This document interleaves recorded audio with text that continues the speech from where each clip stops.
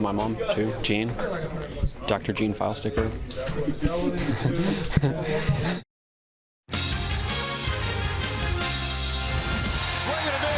three. Deep to center field. This ball's crushed.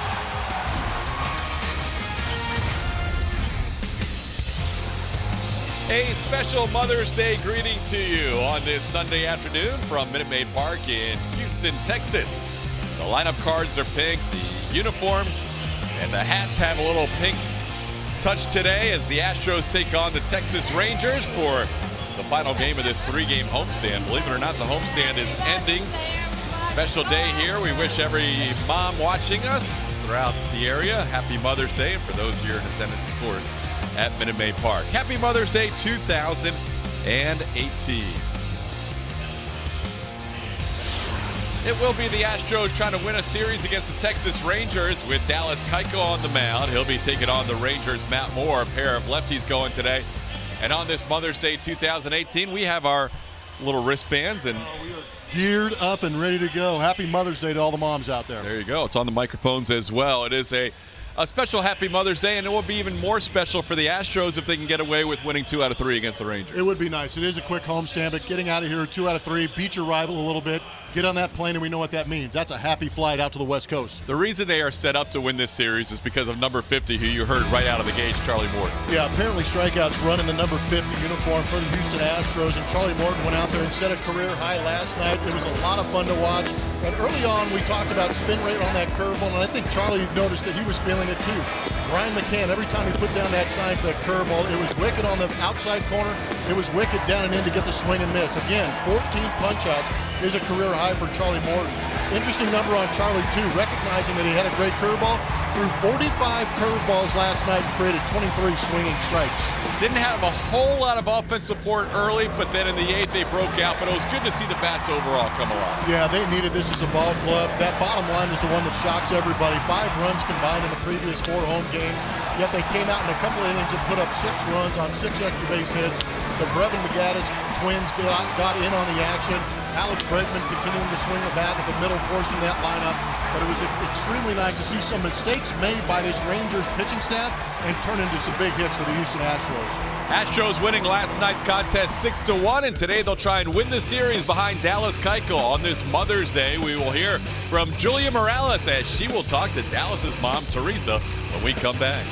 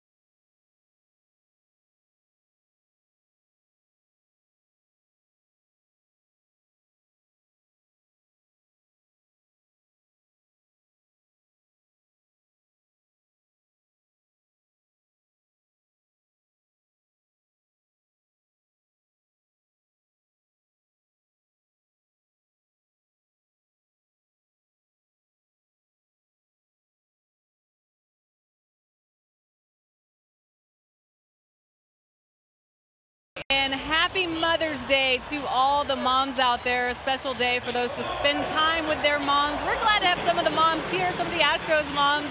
Teresa Keuchel with me now. You were a part of the pregame celebration. Yes. Getting to throw out the first pitch. Dallas going today. How much fun was that? It was wonderful. Absolutely. It was my Mother's Day gift. I mean, how wonderful to be here, to throw the ball out, Dallas pitching. You know, my daughter's in Tulsa, but, you know, great day. And Justin Verlander was doing the catching because Keuchel's got to warm up, but you did great on that part. How many baseball games have you been to in your baseball mom life? I feel like millions, but I mean a lot. Wouldn't trade it for the world. No, absolutely. We've seen and you've seen Dallas pitch in some of the biggest games in all of sports. What is that like as a parent? Well, as a parent, I'm on pins and needles. I have total faith in my son, but I'm nervous. I mean, you just always are. Dads aren't nervous, moms are, you know. He's calm. Dallas is calm, but it's the most wonderful feeling. Does it get any easier? Does it get any easier with that? No. It's worse as you get older now. Well, again, I'm so glad you're able to spend this day with Dallas. Absolutely. Thanks again for joining us, and have a wonderful Mother's Day. Thank you. All right, stay tuned. Dallas Keuchel, Teresa's son, will be on the mound as the Astros try to take this series from the Texas Rangers.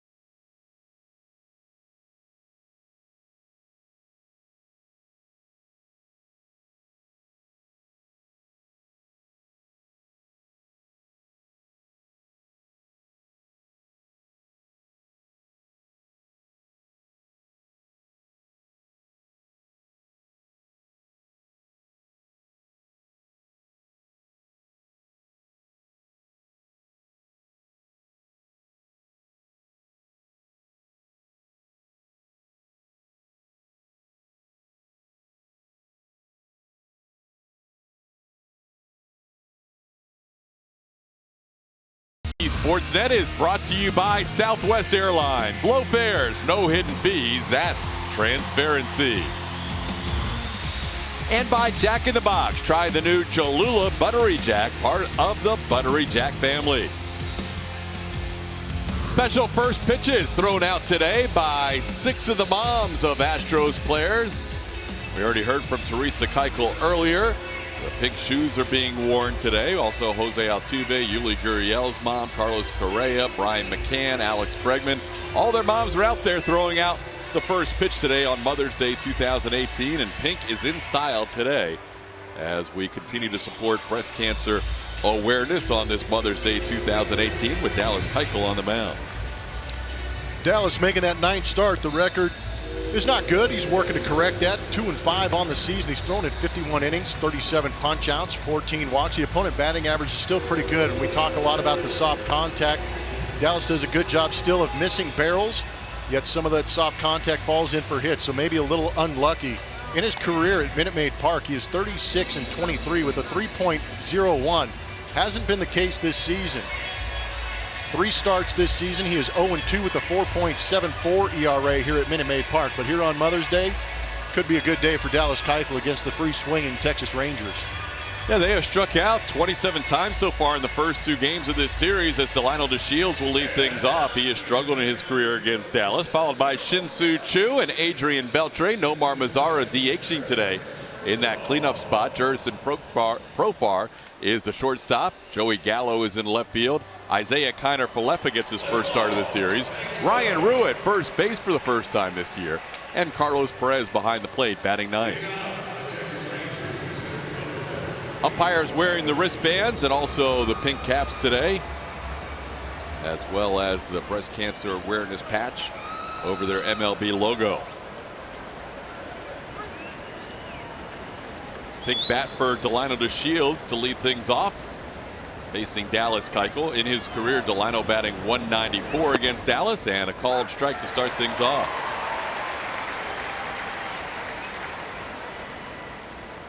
Jordan Baker, the home plate umpire for this one. Jerry Lane, the crew chief, over at first base.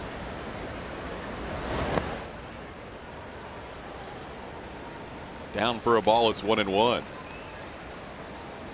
Dallas pitching against the Texas Rangers for the 24th time in his career.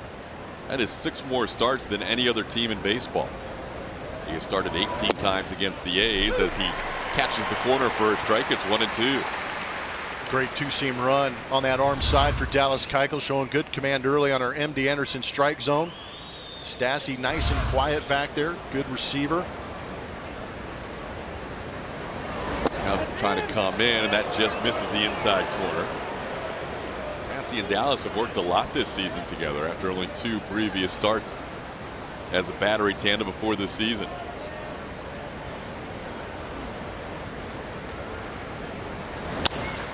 In the air to shallow right. Long run Fisher, and he'll get there and put it away for the first out of this game. Our starting defense is presented by Xfinity. You saw Derek Fisher getting the start in right field. Another day off for George Springer. Julie will have an update for you a little later on George, but he is fine, just a little bit sore still today. Jake Marisnik in center and Marwin Gonzalez in left. Carlos Correa the shortstop to go along with Alex Bregman. On the left side, Jose Altuve, Yuli Gurriel. And there you see Max Stassi catching Dallas Keuchel. Here's Shin-Soo Choo. And a called strike. Dallas has gone deep into games in his last 3 starts, going at least 7 innings, and 4 of his last 5 going at least 7, with 2 of those being 8-inning appearances. There's a line drive into left field, and the Rangers have their first hit of the game. Choo, a 1-out base runner.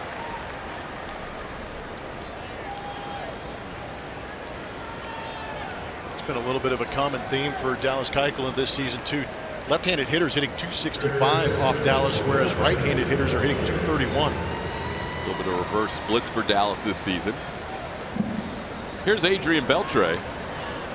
Beltre's been sitting at 3,079 hits during this series. He's 0 for 7 in this series and 0 for 8 overall.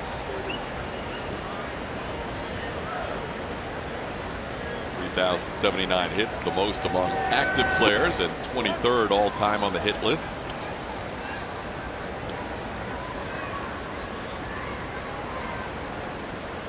Next up for him is Cap Anson, just 2 away.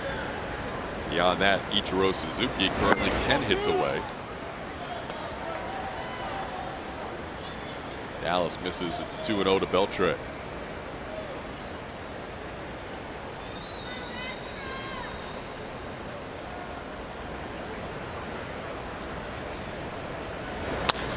There's a base hit into right field. Beltre's first of this series, and the Rangers have back-to-back base hits.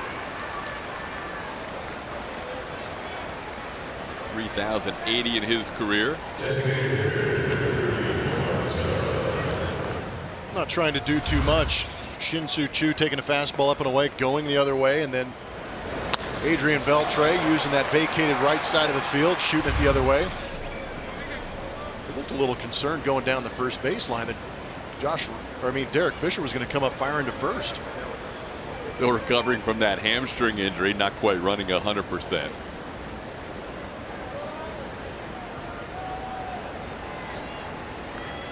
Dallas now facing Nomar Mazara. This guy's been as hot as anybody in the Rangers lineup. 322 his last 15 games and 7 home runs in the month of May.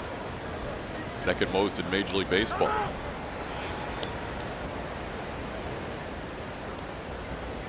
Rangers scoring exactly 1 run in each of the first 2 games. A 1-0 win on Friday night, a 6-1 loss last night.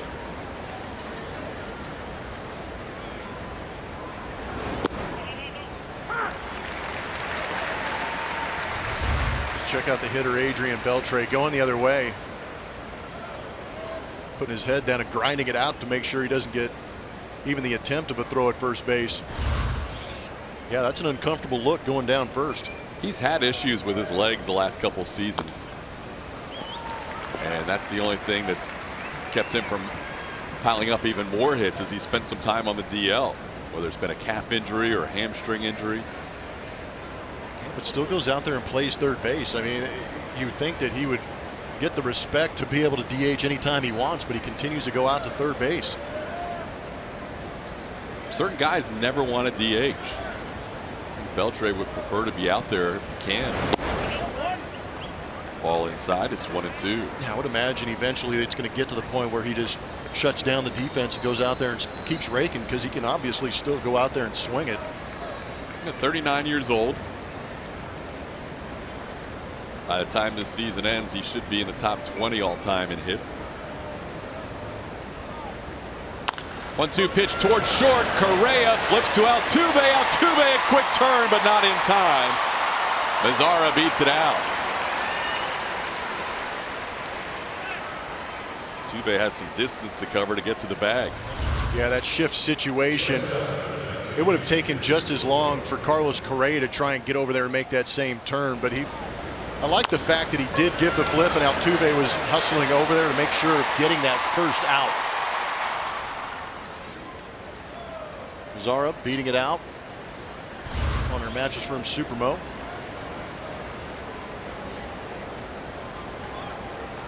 Natural inclination, as you mentioned, would be to rush to the bag and maybe not take care of that first out and try to make a quick turn. Now Dallas has to get jerks and Profar.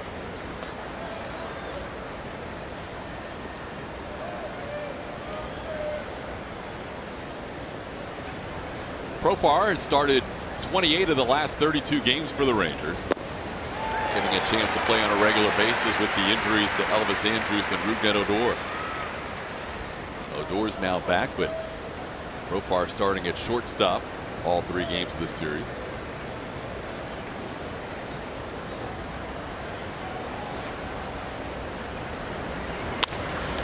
In the air, left field. Marwin has to play on it. Dallas gets through the first, allowing a couple of hits and stranding 2. We head to the bottom half.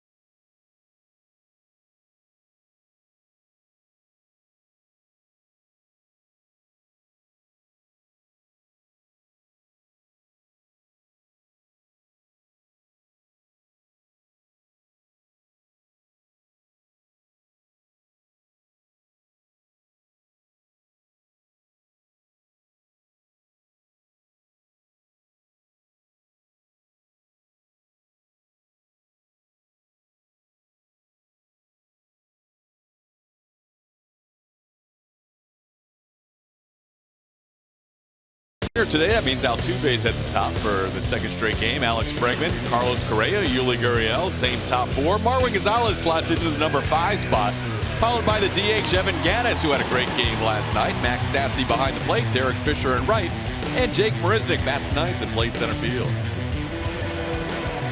Matt Moore going for the Texas Rangers. It has been a rough time in that Texas uniform, making his 8th start. That record again, another Texas starter with a 1-4 record. 35 innings pitched, high ERA at 7.71. We talk about exit velocity a lot. He has one of the higher ones in the league. He's averaging 91 miles an hour off the bat against him. Well, Altuve's had success, 4 for his last 6, including a home run against Matt Moore. First pitch swinging and fouls one back. First pitch swinging, not a bad idea this afternoon. As Matt Moore has been throwing first pitch strikes at 65.5% of the time. That's the highest by far of his career.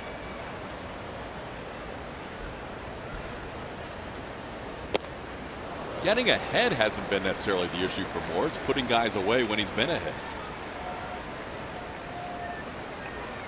He gets to 2 strikes and he just hasn't been able to have as much success as he's had in the past. Ahead of Altuve 0-2. And that's a called 3rd strike. 3 pitches, Altuve goes down looking. League leaders are presented to you by Houston Methodist. Top run differentials, the Astros have kind of run away with it. I know that the offense here at home has sputtered a little bit, but they put up 6 runs last night to go along with the phenomenal pitching we've seen. So basically that plus 86 that's gotten them well over the Boston Red Sox has been a lot of very good pitching throughout the year and some good road scoring opportunities. Yeah, the runs against not even close between the Astros and the rest of baseball. Diamondbacks within shouting distance, but nobody in the American League nearly as close, and the Astros have played as many games as anyone in baseball. 1-1 the count. Bregman 295 over his last 22 games.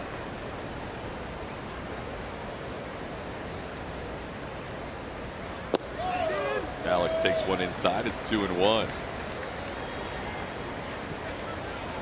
Continues to draw a lot of walks, does Bregman. He's got 25 on the year, and that is 5th in the American League.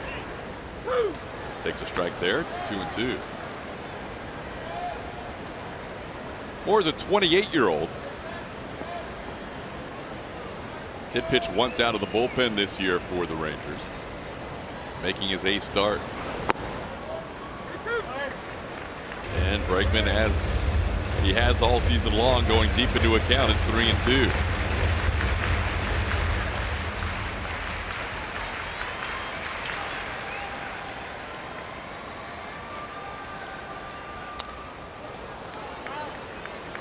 .93 with that fastball. Moore's been averaging around 91.7 on the fastball velocity this season.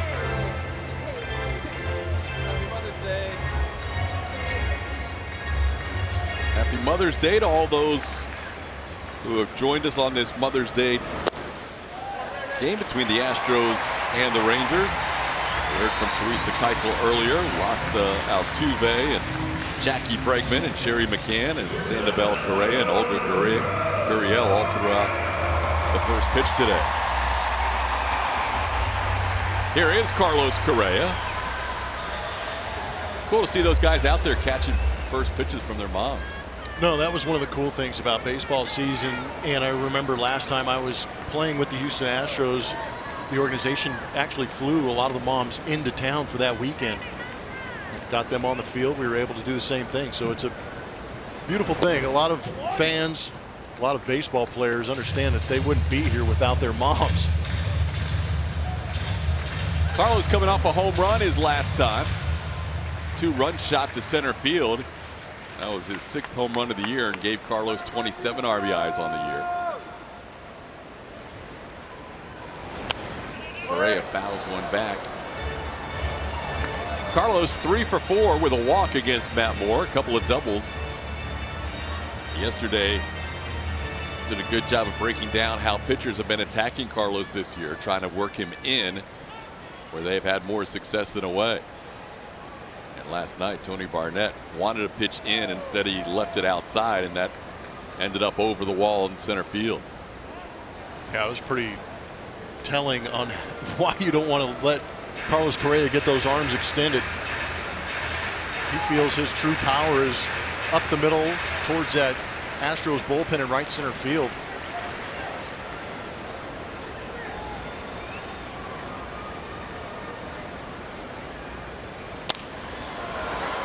One and two the count.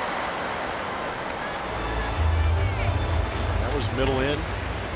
Pretty good pitch to hit. But a lot of his mentality has been the other way. And that might explain why the barrel's just a little bit behind getting through that zone on the inside. Carlos is styled up as well as anybody on this Mother's Day. Every day. He gets it done. He's well representing Mom out there. Called third strike. Both Altuve and Correa out on a called third strike. Carlos, a little disagreement there on the call by Jordan Baker. MD Anderson strike zone. Set up down and in. Pitches down and in. Hits that quadrant perfectly.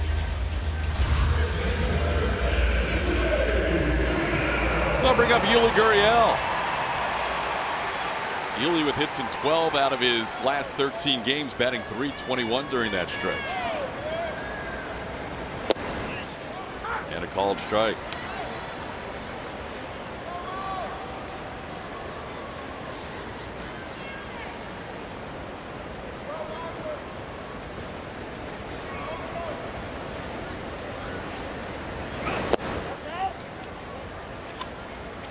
One and one the count. And more overall. 4 career starts against the Astros. 3-1 with a 2.74 ERA.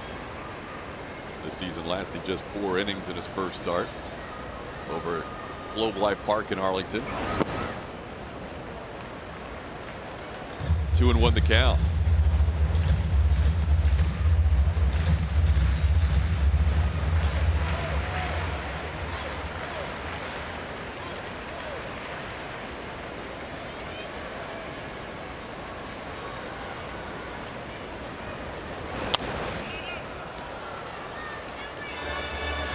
Good pitch to hit for Yuli. These guys will figure it out. Matt Moore keeps making mistakes with fastballs. The Astros will get to him. That's what they were very good at last year, is hitting the fastball, adjusting to the curveballs, and off speed in counts.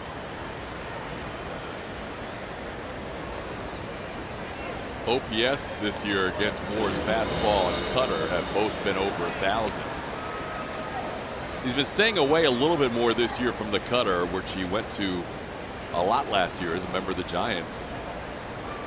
Felt like he went to it too much, kind of affected his other secondary pitches. Pregame being checked over at first base.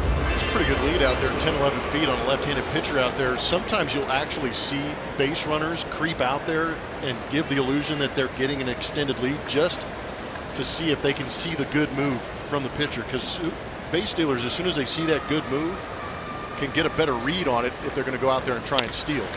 Yuli past Adrian Beltre into left field. He is now hit in 13 out of 14 games. And the Astros have their first hit of the day, first and second with 2 outs.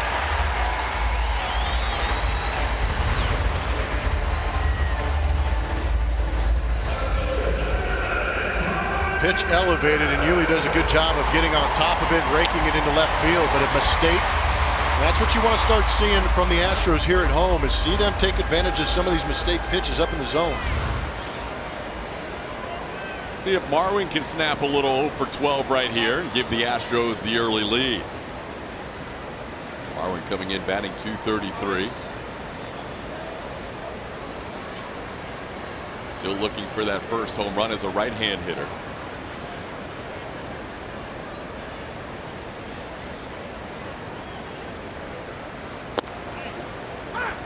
Again, Moore pours in a strike. First pitch strikes in this inning.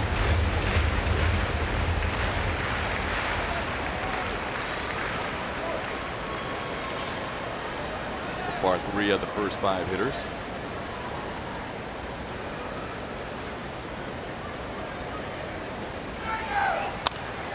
Now Marwin down to the count 0-2. I mentioned earlier, Moore was having trouble once he gets to 2 strikes putting hitters away. He did get Altuve on a called third. He did get Correa on a called third.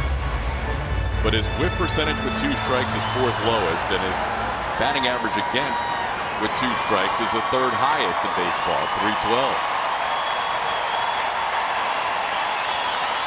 So it makes sense that he has 2 looking strikeouts in this inning, right? Yeah, that painted him up, but on swings and misses, they haven't been as prevalent this year. As Marwin with 2 strikes puts it in play, but he puts it in play for an out up the middle as Profar flips it to Falefa for the final out of the inning.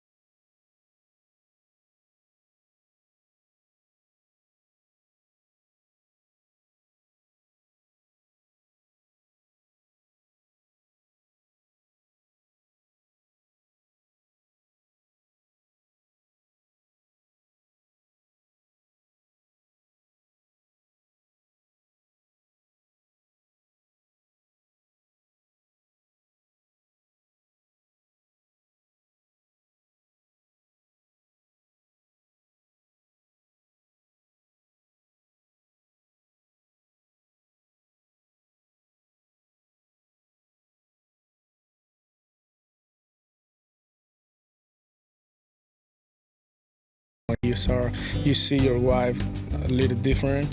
Now she's not only your wife. She's not doing everything only for you. She does everything for your daughter too. In my case, and you really appreciate and you really admire that. And when I spend one day with my daughter, I feel like I respect more and more my wife, because it's not an easy job, and they do it really good. Jose Altuve sharing thoughts on his wife Nina, daughter Melanie. Altuve is such a great family man. His mom Blaste was out here throwing out first pitch today as well.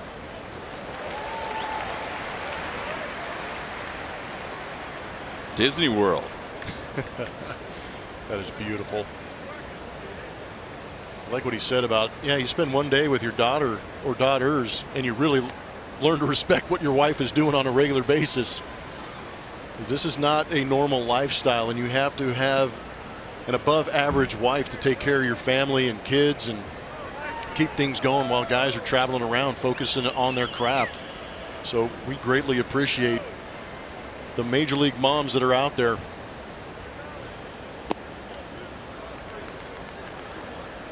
No doubt about it. Altuve, in that World Series video that MLB put together, did such a great job. One of the best moments was seeing him in between games with his family at home, playing with a little daughter and having a great time just being a dad. Joey Gallo with a 3-1 count bounces one into the crowd. A little topspin had people ducking out of the way as that went in with some velocity. 3-2.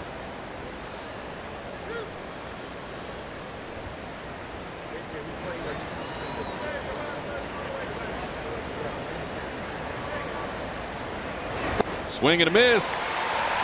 Dallas has struck out Gallo 6 times in 9 at bats as he gets him here for the first out of the second. Today's fan cam is driven by GulloAuto.com. There are fans still waiting to get into this game out in a center field entrance. Big crowd gathered on a Sunday, Mother's Day, and fans waiting to get inside this roof closed Minute Maid Park. Isaiah Kiner Falefa takes a called strike.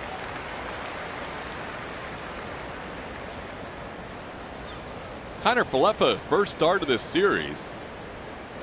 He had started the previous 25 games before this 3-game set. But with Odor back off the DL, it's the first we're seeing him of this series, down on the count 0-2.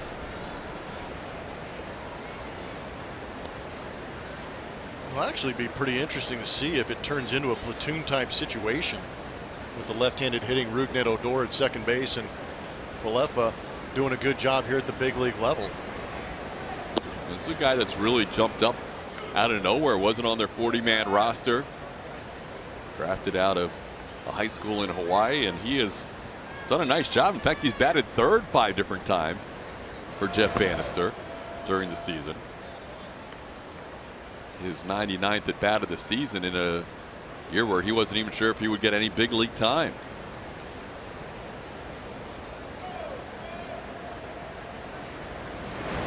Two pitches up and away. Dallas wanted that. 3-2.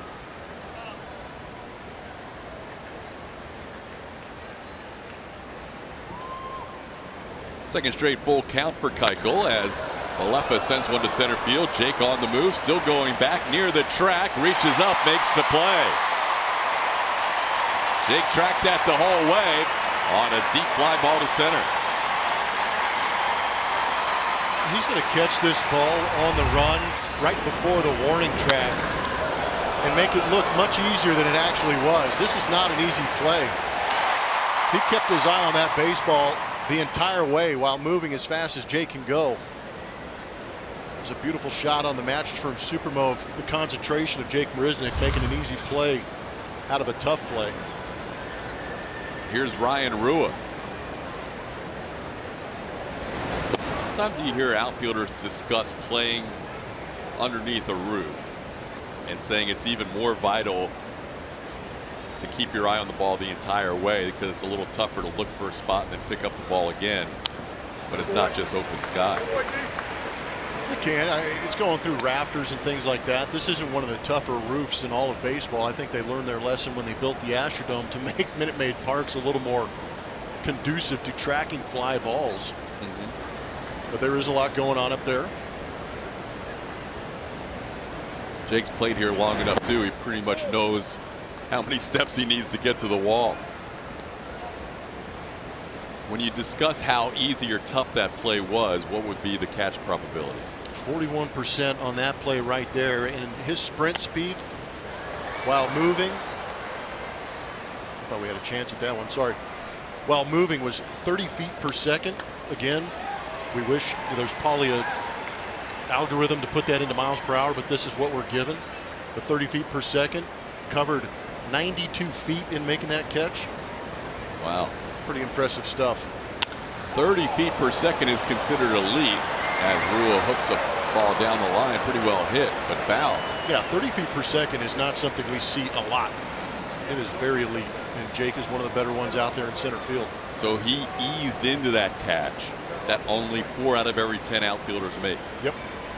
Which is why you said he made it look much easier than it was.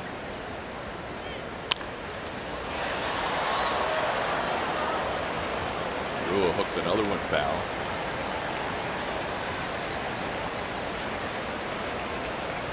Keuchel allowed a couple of base hits back-to-back in the first inning, trying to get through the second in 1-2-3 fashion. A strikeout, a deep fly ball, and now another strikeout as he gets Rua. 2 strikeouts in the inning for Keuchel, first 2 of the game.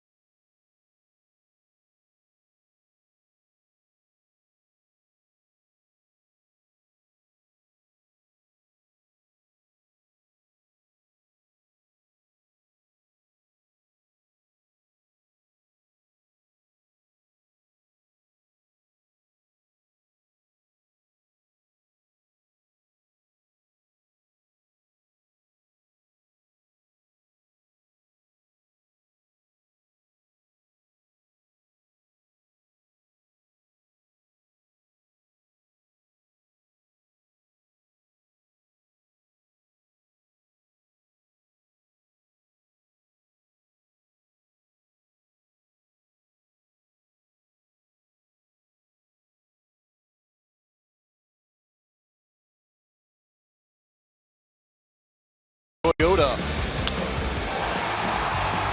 The bearded boy wonders came out to play yesterday. Brevin Gattis totaled 4 for 7 with a McCann ball, a Gattis bomb, 3 RBIs. He also accounted for scoring 4 runs in that 6-run outburst from the Houston Astros in that game yesterday. We love it when those guys contribute. We also love it when you can show up to the ballpark with the family. Good to see Evan have himself a good game. He was interviewed by Julie afterwards. It's been a bit of a struggle for him in 2018, but he is now in the midst of a 4-game hitting streak, batting .357 during that stretch. Yesterday 2 for 3 with a couple of run-scoring hits, including that solo home run. Facing Matt Moore to start the bottom half of the second inning with a 1-1 count. Let me Gattis, Max Stassi, Derek Fisher.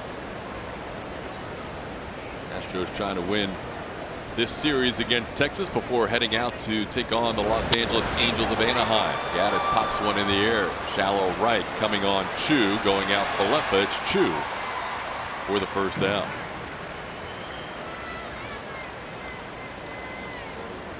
Astros with a 6-1 win last night. At the same time, the Angels were losing their game, so Houston starting the afternoon in first place by 1 game in the AL West. Mariners are a game and a half back. Here's Max Stassi. Stassi facing a lefty. That's usually a good thing. 9 for 19 on the season facing lefties. Overall, he has an OPS of .864 versus lefties or righties. And there's a ground ball base hit down the left field line. Stassi another extra base hit against the left-hand pitcher as he gets into second with 1 out. I'll tell you what, that was an interesting, you just saw a guy swing and miss on a fastball away, and then you throw a cutter right into his barrel. That was a poor pitch execution, trying to get that down and in. That just flattened out right in the swing path of Max Stassi. Not much thought process as a hitter when you see a pitch out over the middle of the plate like that. It's good to see Max turn on that, continuing to get hits against left-handed pitching. 10 hits now in 20 at-bats against lefties, and 5 of them are extra base hits. 4 doubles to go along with a home run. Here's Derek Fisher. Fisher actually hasn't played a lot against lefties, but he's 3 for 8 this season and has been hitting better lately. Takes a pitch for a strike. And maybe a little cross up. Carlos Perez catching Matt Moore for the first time in their respective careers. StatCast on Derek Fisher in right field. High fly ball gives you an idea of the distance and speed that he's traveling also. Covered 96 feet. The catch probability on that one is 58%. Fun tool we get to play with here at Minute Maid Park. Guys in the truck hooking us up. Pure speed, Derek Fisher the fastest Astro, as we have found out on the StatCast sprint leaderboard. Guy on deck is the second fastest, Jake Marisnick.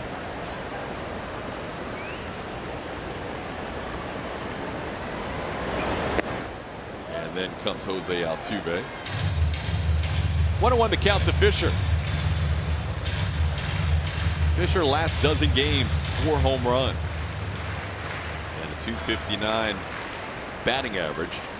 Still trying to push his way up towards 200, sitting at 182 at the start of the day.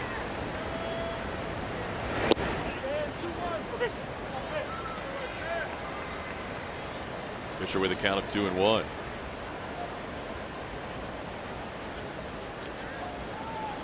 Derek Fisher was a foot per second slower than Jake on Jake's catch. Only at 29. He didn't have to. Kind of eased cruised into it. Yeah. He got a good break. Shut it down. Pulled the ripcord. Tried to check his swing, and he does. Now Fisher has himself a 3-1 count.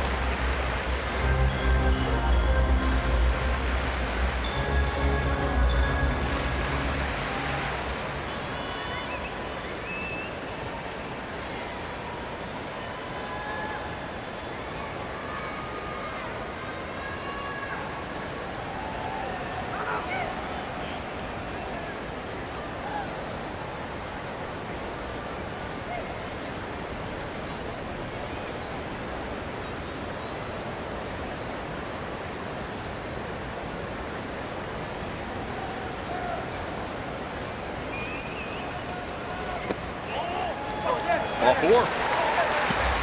Matt Moore has issued his second walk of the game, and the Astros, for the second straight inning, have 2 runners aboard.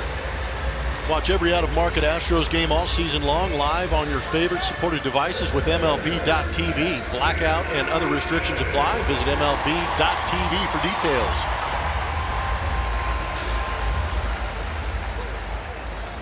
This Mother's Day, a lot of all the players wearing some sort of pink attire. On Mother's Day, going to bat against breast cancer. Marisnik and Fisher and Altuve all have the high stirrups where you can see the clean look of the socks. Max Stassi on second base going with the pants down. Which did you, on the special day like today, would you go? No, long pants. Always long pants? Always. Never wore the shorties. Just a comfort thing, huh? Yep. I didn't like the way my calves looked.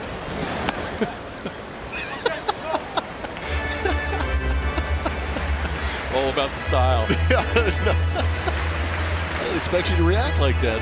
You just horse laughed me on air. There's Altuve going with the shorter pants and this high stirrups. We didn't have the cool sock options back when I was playing. There you go. Might have had a lot to do with it. That one's down and in. And it's 2-1. Perez catching more mentioned for the first time today. Most of the season it's been Robinson Chirinos and the former Astro Juan Centeno. Centeno was designated for assignment, cleared waivers, and now he's in the Rangers AAA team over in Round Rock. But giving Perez a chance to catch today. 2-1 pitch pulls the string, and Jake doesn't offer. It's 2-2.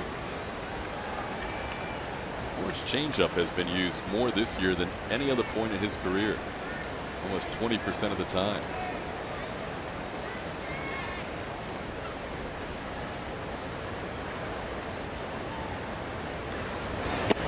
Swing and a miss. Jake goes down swinging for out number 2. Third strikeout for Matt Moore. And here's Jose Altuve.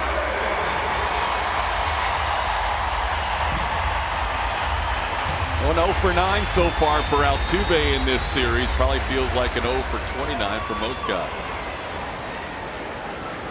Altuve does not have many stretches where he goes this long without a hit. In fact, the last 2 games, his first back-to-back hitless games of the year.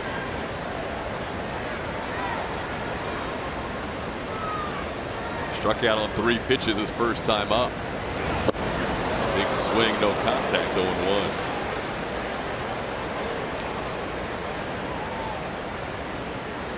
He's coming right after Jose. Not daring. I don't care how big the struggles are for Jose Altuve at times. You keep throwing him cookies up there, he's going to square you up. 4 pitches to Altuve today, all strikes. 5 for 5, and Altuve down in the hole again.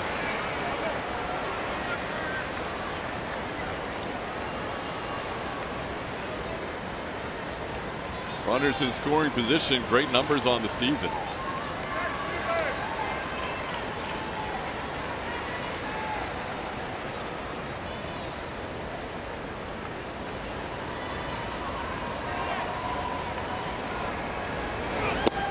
Swing and a miss. Altuve goes down for the second straight time on strikes.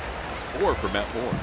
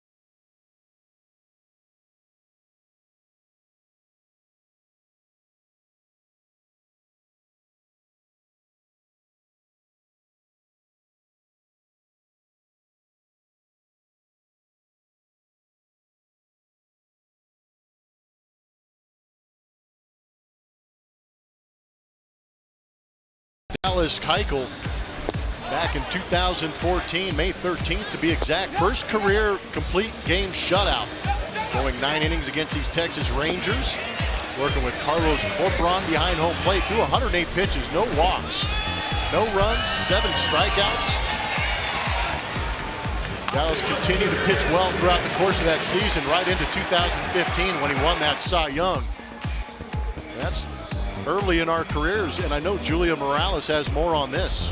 Yeah, to start 2014, guys, he was fighting for just a job in the starting rotation. He was also working with a new pitching coach in Brent Strom, who had been hired on to the staff, and they really took a lot of time that spring to work on his delivery and his body movement, and changing that is when the command started to come around for him as well, and that was the first of many dominant starts we have seen from Dallas Keuchel. But you're right, Blummer. I mean, we started to see the change that season as the year went on. He started to really open our eyes to what he could be. And of course, 2015 winning the Cy Young Award was when things would really turn around for him. But Strami coming in, helping out a lot with Keuchel's career.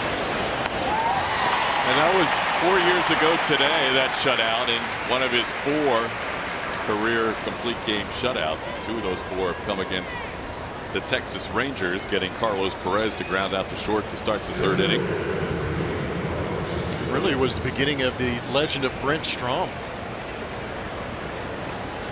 And it's carried up till now, too. Granted, he has a lot of weapons to work with, but he continues to work with them. And I think that the guys that are on in his rotation and in his bullpen continue to come to him for information. Is having 3 starting pitchers in the top 3 in ERA good a quarter of the way through the season? Yeah. 1st, 2nd, and 3rd? That doesn't happen often. I mean, it's only 3/5.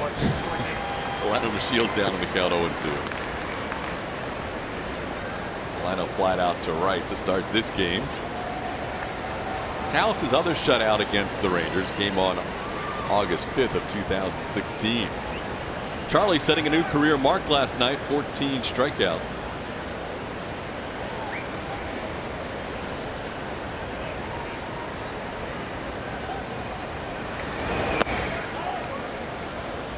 And it's 1-2. Pure vintage Charlie Morton on that soundbite coming out of our top of our broadcast. Wishing his mom a happy Mother's Day in only the style Charlie Morton can. That was pure Charlie. It was so great. 2-2 the count to Delano. And that was after he got done talking about his wife, and he asked Julia, can I say something to go about my mom? Right. He asked her, because this year we're focused more on the wives for Mother's Day, and Julia taking it from there. Yeah, and when he finished, he didn't want us to stop rolling. He wanted to make sure to get a message across to his mother, which was great. Also, during the answer about his wife, we'd asked him on the day of his wife's birthday, so halfway through that answer, he'd stopped and he's like, actually, can I give a shout out to my wife for her birthday while I'm doing this? Charlie, you can do whatever you want. Seriously, you can. Oh, one of the more unique personalities and great guys you'll find in a Major League clubhouse. Shin-Soo Choo with a single in the left field, his first time up.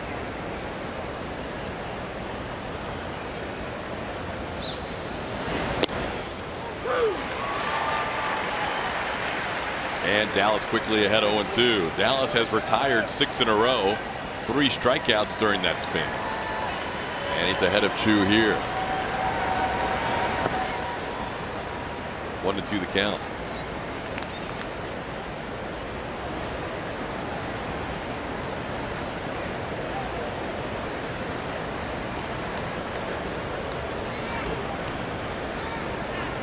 Both teams with 2 hits. Astros have left 4 on base. Rangers have left 2. Astros have also drawn a couple of walks. Choo goes down swinging. Stassi has to find the baseball. Shin-Soo Choo felt that he fouled it, but that wasn't the case. So the inning is over on the strikeout. Dallas has 4, 2 in the last 2 innings apiece.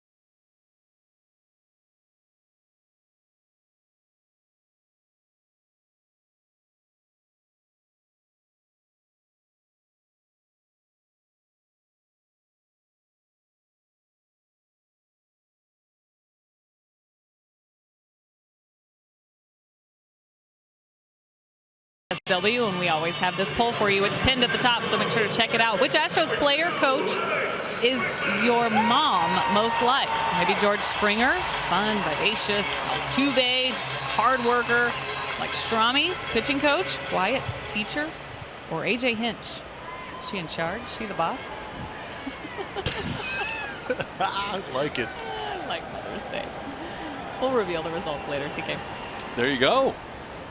Stro poll on this Mother's Day as Alex Bregman leads things off. It'll be the 2-3-4 hitters for the Astros facing Matt Moore.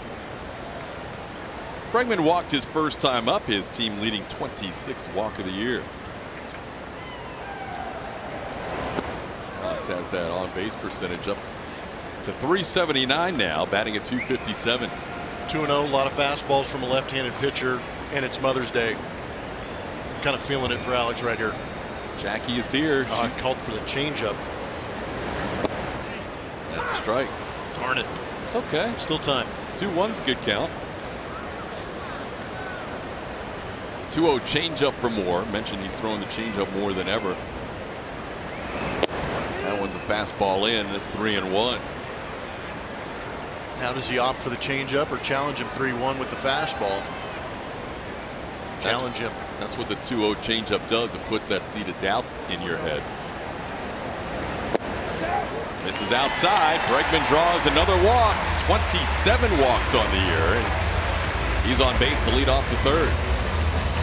Power Players presented by TXU Energy. It's Carlos Correa, .594 slugging versus Texas this season. There was a home run earlier this season. This one was last night. Elevated fastball up, out over the plate from Barnett and launched into center field. Let's see that happen again today for Carlos Correa. Keep that slugging against the rivals. 12 home runs against the Rangers. And he takes one away. Moore has missed on 5 of the first 6 pitches of this inning.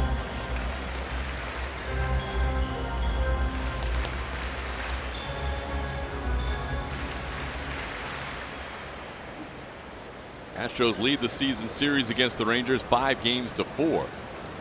Second series here in Houston. They open the season in Texas, in Arlington.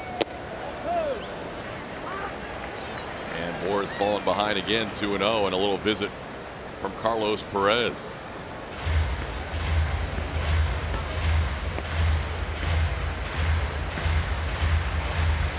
Moore with 3 walks in this game, 1 an inning. He didn't walk any Astros in his first start against them this year, but allowed 7 hits and 4 runs in 4 innings.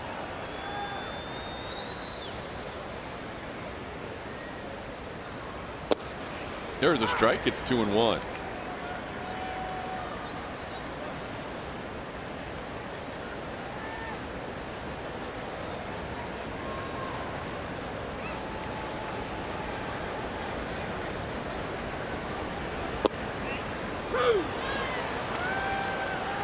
On the edge, 2-2. Might have been the cutter that he broke over on the corner.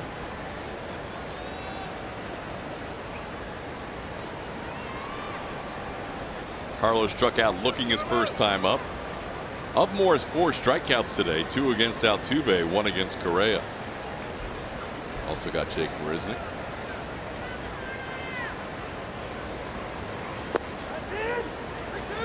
And the count's full.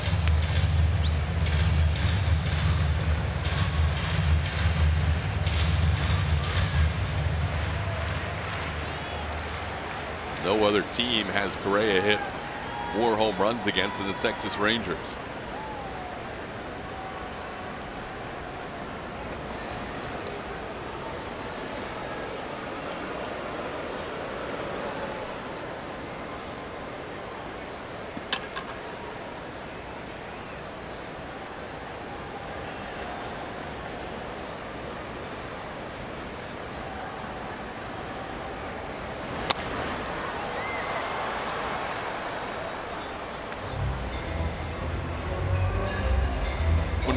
Almost seemed like that fastball surprised Carlos.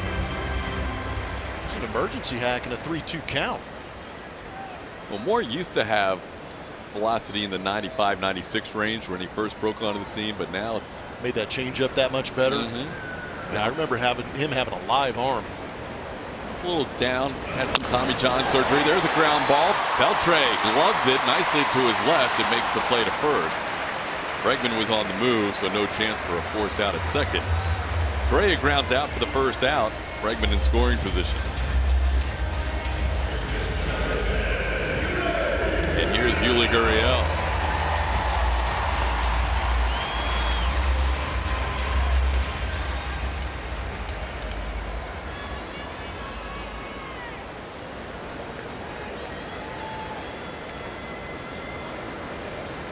Yuli had never faced Matt Moore before today.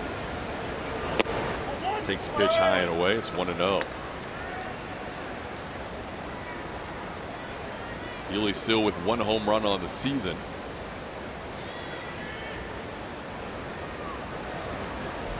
Base hit in the first inning.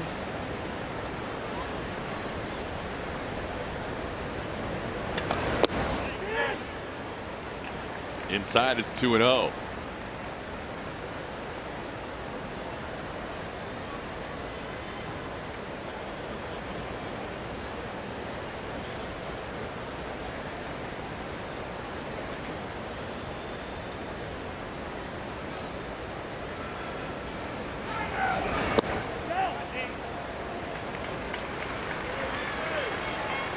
The count to Yuli Gurriel. Green light him. Yep. Runner in scoring position. Get you a fastball. Barrel it up like we're accustomed to seeing Yuli do. Good things happen. We haven't seen many barrels lately from Yuli. He's due. Tough pitch there at 3-0. Yeah, you get in those situations and you see a guy like Yuli take this pitch. It should show up down and away on our MD Anderson strike zone. It does on that edge. You're looking for something middle in that you can turn and absolutely unload on. That was not it. There's a ground ball base hit into right field. Perez with the send. Alex Bregman trying to score. Chu's throw is late. Astros take a 1-0 lead. Nicely done by Yuli, and you know that they are going to run on Shin-Soo Choo every chance they get. 2 outs also allows Alex Bregman to get a good jump, but a fastball away. Yuli jumps on it, just goes with it the other way in this RBI situation. Not trying to do too much, just trying to find some open space and let Alex Bregman loose. Throw well offline. You can see Bregman just getting to third after Chu picked up the baseball, an extra step and a wide throw, and he scores easily. Gary Pettis sending him the whole way. It's amazing that there's no hesitation by Gary Pettis at all. Even on that replay, as soon as it's hit, the arm is going. He is fearless out there as Marwin fouls one out of play. A look from the first baseman, Rua, but that is at least 10, maybe 15 rows deep. GP. Sorry, there's only 1 out in this inning. But a good read by Alex Bregman, breaking as soon as that ball was put in play. Hey, nice little catch that foul ball.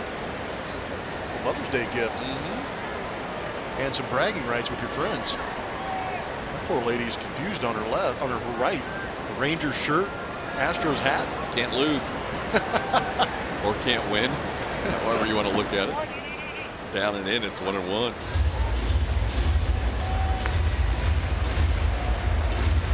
Gary knows he has a reputation for being an aggressive third base coach, and he kind of loves it. He does love it. Yes, he does. And if you're going to have a third base coach and you'd rather have a guy err on the side of being over aggressive than overly cautious. And he's lucky to have a lot of guys on this roster that can run, get good jumps, take nice routes. That ball that Altuve scored on last year in Game 2 of the ALCS against the Yankees, the Correa double to right field. We showed it a number of times during the Yankee series. Most third base coaches aren't going to send even an Altuve in that situation. Gary took a chance and it won them game. It was an aggressive send and it worked out very well and helped the Astros take care of the Yankees in 7 games. Moore has been working in hitter's counts this entire inning. It's now 3-1. 21 pitches this inning, 8 strikes, 13 out of the zone.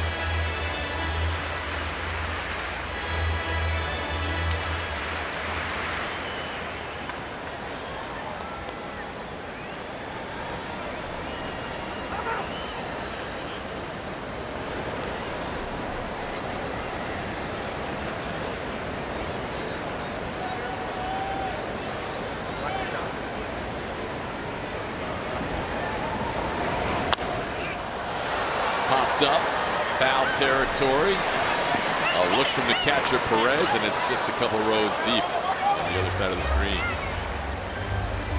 Are you the ultimate Southwest fan? Use hashtag UltimateSWFan WTX on Twitter to show us, and you could win a VIP experience. West Texas May is your chance to show your spirit, so tweet now and win big.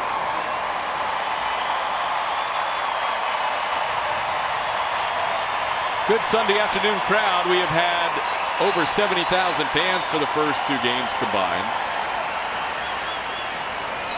Today almost a sellout crowd. All the way up into the corners, filled up in the upper deck. Now 3-2 count on Marwin. Yuli on the move. Marwin grounds one to third. Beltre only has the play to first. And that's happened twice in this inning for the Astros. Staying out of the force out at second. Julia? Hey, TK, you were talking about Evan Gattis, a little bit of a hitting streak here for him. Big night last night with his home run, and then, of course, driving in another run, and told me after the game, you know, this is a hard league, and he definitely knows that he needs to be producing, but for him to see the ball go out of the ballpark is rewarding. He's putting in a lot of work, and so he does feel a little bit better. He's not there yet. He's got some work he feels like he needs to do, but definitely good for him to have a nice night and to get on a little bit of a roll, and then, of course, being able to help out some of these starting pitchers and put some runs on the board. That's what this offense has been trying to do. Yeah, it was great for Evan. What a night. I mean, 2 for 3, home run, RBI single, and a stolen base. And he sends one high and deep to left field. Looking up Gallo. This ball is gone. Evan Gattis, a home run in back-to-back games. And the Astros lead at 3-0.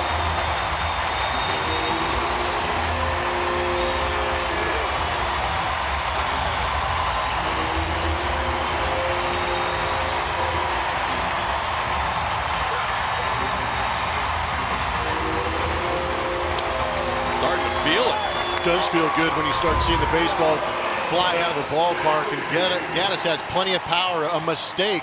They were trying to get inside on Evan Gattis. Fastball elevated up, out over the plate. And Evan doing Gattis type things, driving that ball out of the ballpark. That was beautiful. 3rd home run for Gattis. 2nd in as many games. And the DH starting to come alive with a 5-game hitting streak. Max Stassi takes one down and in. It's 2-0. Check out Gattis' home run on our StatCast. That is a beautiful arc out there in left field. Exit velocity 107.2. Projected distance 400 feet. Another hit for Max Stassi against the lefty. Stassi now 11 for 21 on the season against left-handed pitching. He is 2 for 2 with a double and now a single with 2 outs in the 3rd. Mentioned before the start of this game for Matt Moore, he is giving up a lot of hits, and a lot of them have exited the barrels at a high velocity. This inning is proving that. A couple of mistakes up in the zone, getting hit pretty hard. Well, it looked like, as he said, they wanted that ball in on the hands of Gattis instead of letting him extend. Here's Derek Fisher. He walked his first time up.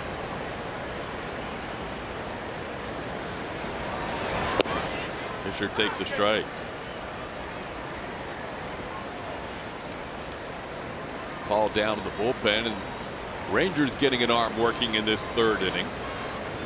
Matt Moore has thrown 28 pitches so far in the inning.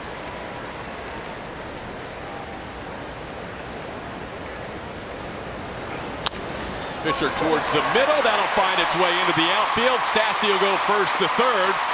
And the Astros with their 4th hit of the inning and 3rd consecutive hit. All this coming with 2 outs.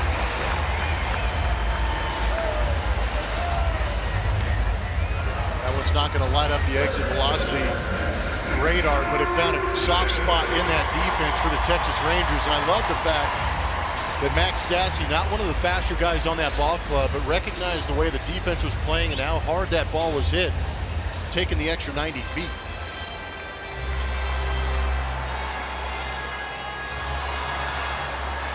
Doug Brocail, the pitching coach, out to talk with Matt Moore. This is already the 3rd mound visit of the day. Carlos Perez has been out there a couple of times.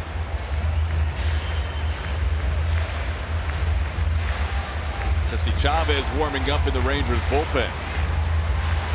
Seen him as both a starter and a reliever, so he can give you innings if you need him early in a game. This could be a pretty big batter for Matt Moore. Jake Marisnick bats with 2 on and 2 outs. Jake struck out his first time up.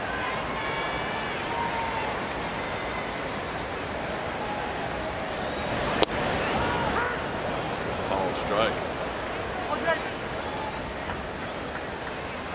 Fisher's been on base twice, a walk and a single. Stassi's been on base twice with a double and a single.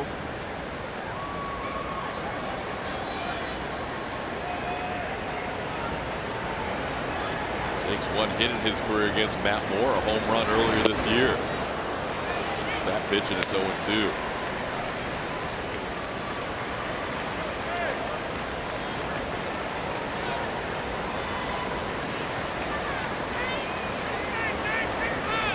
Hit a home run against Moore in the 3rd game of the season after homering on opening day. He goes down on strikes there as Matt Moore picks up his 5th strikeout, but the Astros extend their lead with 3 runs in the inning. Evan Gattis with another lumberjack hack.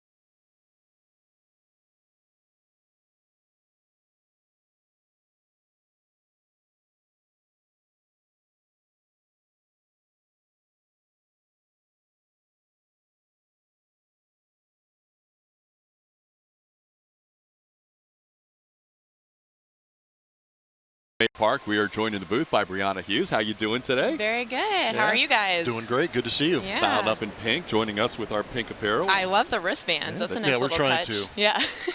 What we can. Yeah. We know this. We know this is a short homestand, and the team leaves after today. But it's an equally short road trip, and they'll be right back for next weekend. So a lot going on, right? Yeah. We're ready to have everyone back after today. So next weekend kicks off with the Indians back in town, and you know, it starts with Star Wars Day. So Star Wars Night, which is always a really popular theme night for us. And this year we have 3 special ticket packages that fans can pick from. So we've got a t-shirt package and we've got a bobblehead package, or if you wanted both the t-shirt and the bobblehead, you could get both. So that's kind of our premium package. And they start as low as $15, so you can go to astros.com/Star Wars and check it out.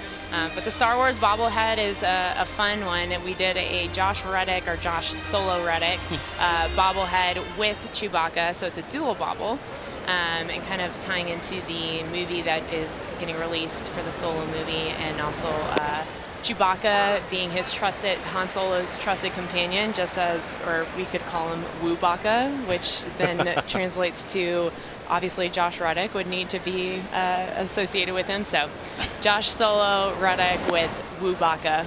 Nice. Bobblehead. And then the t-shirt is a play off of that same design. And it's a black t-shirt. So there's the bobblehead right there. Yeah. Chewbacca looking very fierce, and Josh Reddick in his Han Solo gear. I thought it was Evan Gattis there for a second.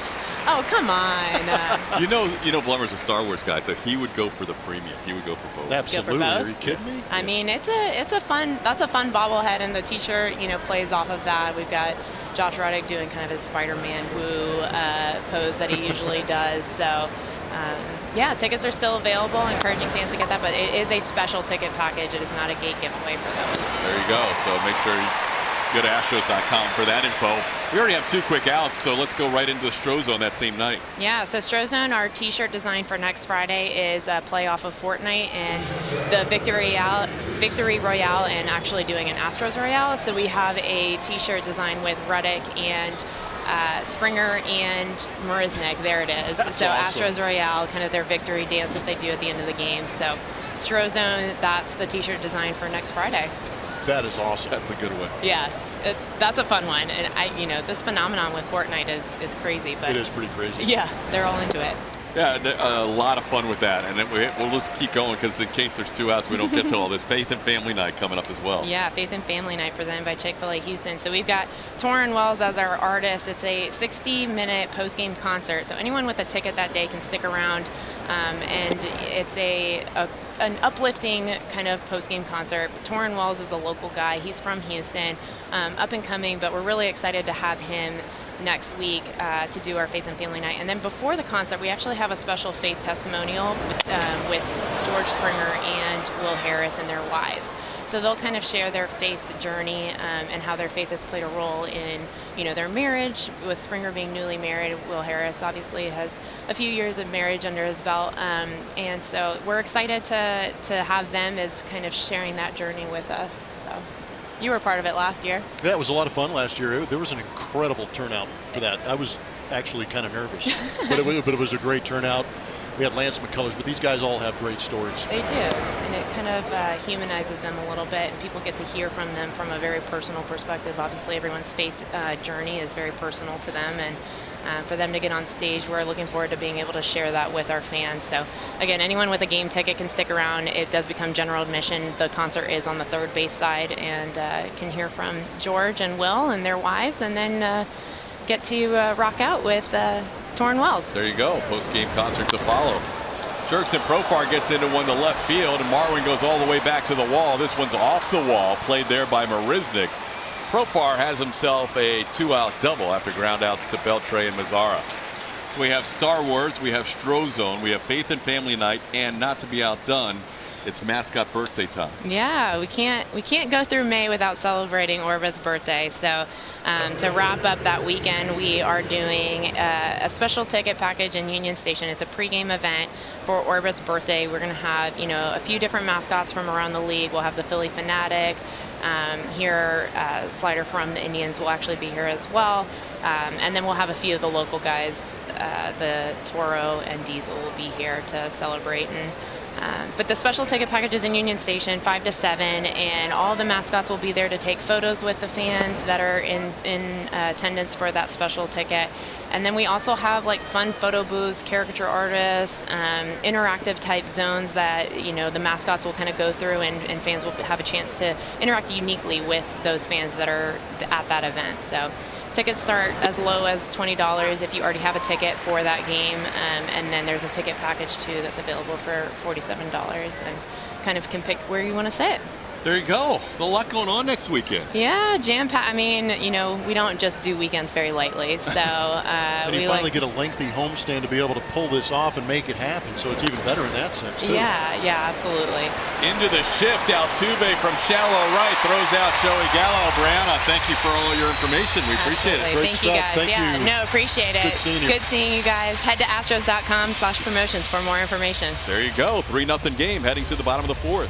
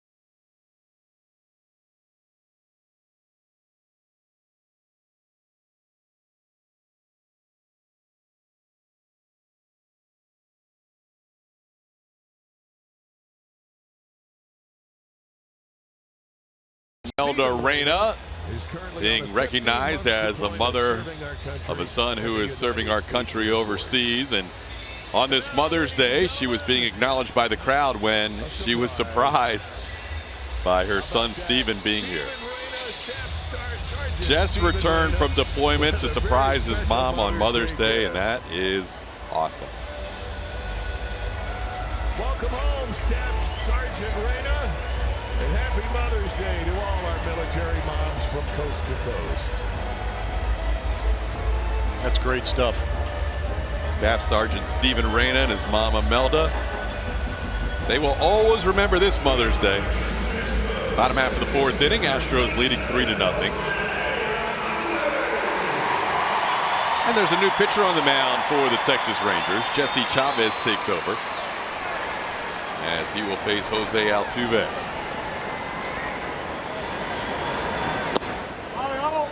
The Astros have seen a lot of Jesse Chavez over the years, both as a starter and a reliever. 13th appearance for Jesse, 5.48 ERA.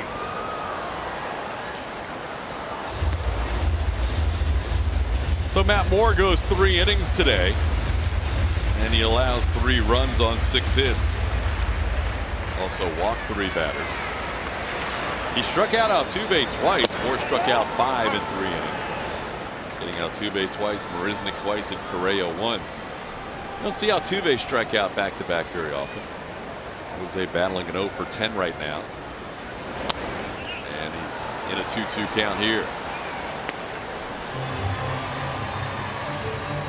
Yeah, he's going through it a little bit, but I like the fact that he's still aggressive. We know that Altuve is not going to back down, continuing to rise to that challenge, but he has been caught in between on some pitches, been guessing a little bit, and getting some pitches to hit, just not barreling him up. Beltre to his left gets Altuve for the first out of the 4th. Altuve still looking for his first hit of the series, and that'll bring up Alex Bregman.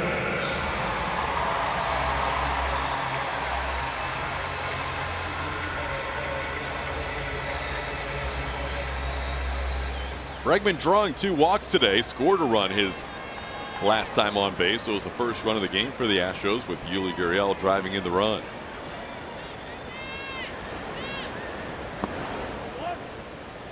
Pitch misses for a ball, 1-0.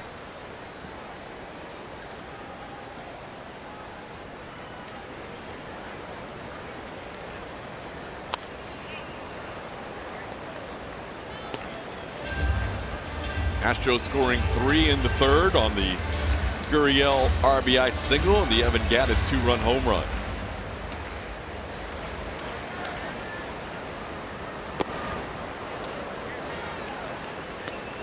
Now 1-2 count. Chavez originally signed by the Rangers back in the 2002 draft. Spent 3.5 years in the Rangers organization. But most of the Astros have seen him more recently with the Los Angeles Angels of Anaheim.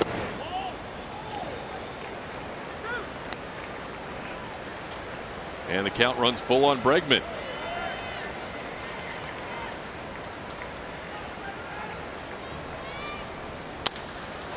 Bregman into right field, sending Chu back to the warning track. He's at the wall.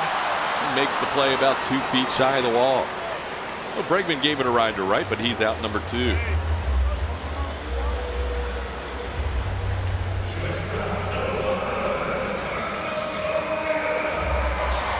Bring up Carlos Correa.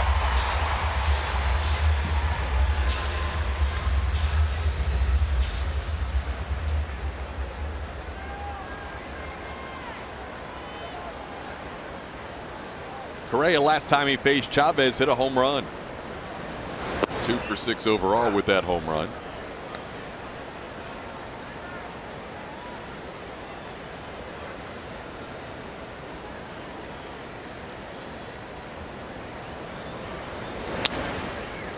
Back to the screen. It's 0-2. Astros with 4 infielders, their first 4 spots in the lineup again tonight. We saw that last night for the first time since 2013. George Springer, normally in the top spot of the lineup, still nursing a little bit of an elbow contusion, hit by a pitch in Friday night's game. 0-2 pitch, and Chavez with a 1-2-3 4th inning. Getting Altuve, Bregman, and Correa. Correa strikes out to end the 4th.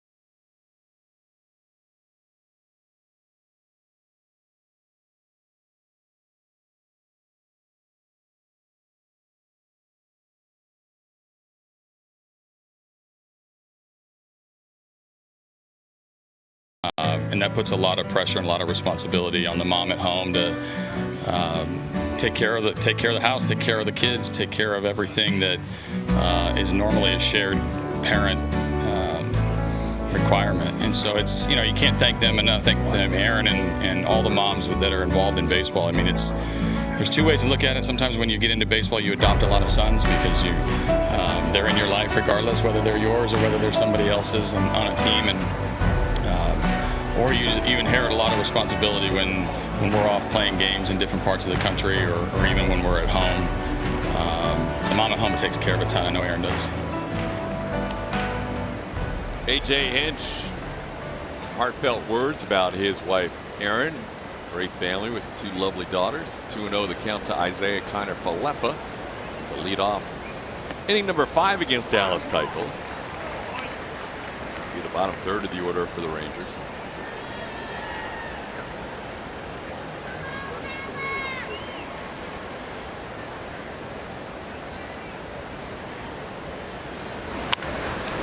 On the ground, foul. Kiner-Falefa flied out to deep center field his first time up. Catch made by Jake Marisnick with a 41% catch probability. Jake made it look pretty smooth.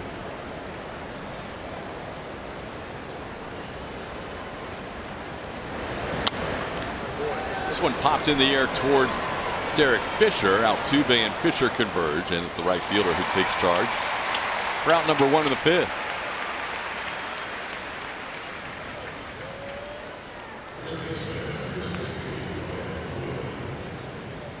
I'll bring up Ryan Rua.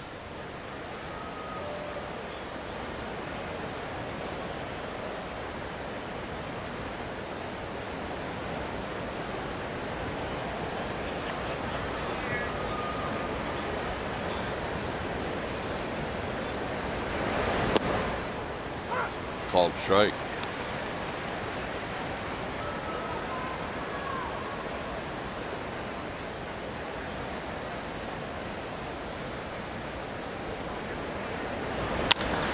Hit hard, backhanded nicely. Bregman sets and throws. Picked by Yuli at first. Yuli's been perfect on those picks this season.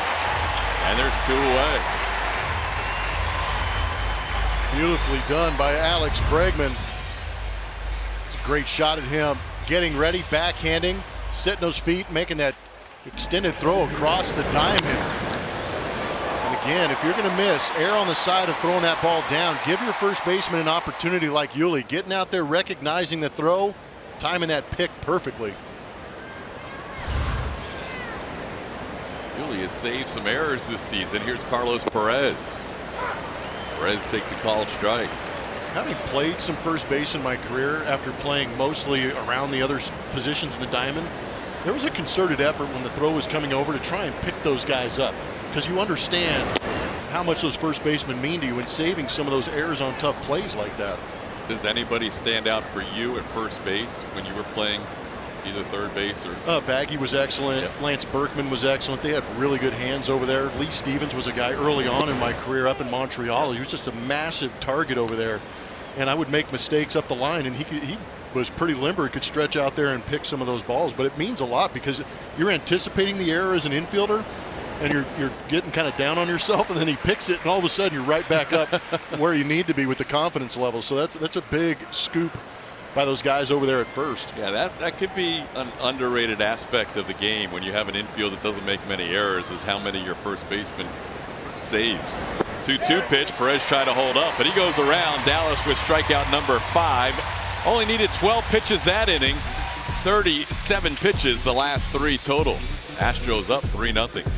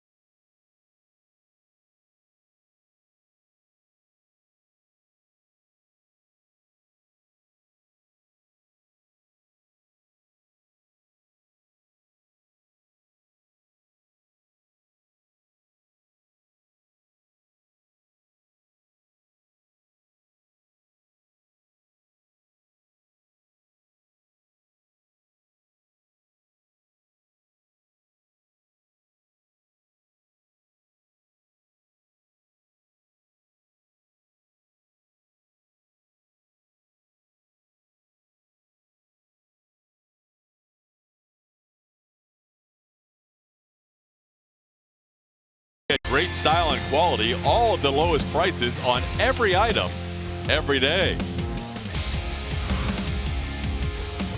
Bottom half of the fifth inning, Astros with a 3-0 lead. Yuli Gurriel provided the first run with an RBI single. He's 2 for 2. Facing Chavez for the first time today. Takes a called strike. Yuli 3 for 7. Hit a home run against Chavez his last time up. And this time he chops one towards third and foul. Yuli down on the count 0-2. Chavez, 34-year-old, pitching out of the Rangers bullpen. Last year was between the rotation and the bullpen for the Angels. Previous year between the Blue Jays and the Dodgers. And Oakland prior to that for 4 seasons. He spent most of his time in the AL West in the last half dozen seasons.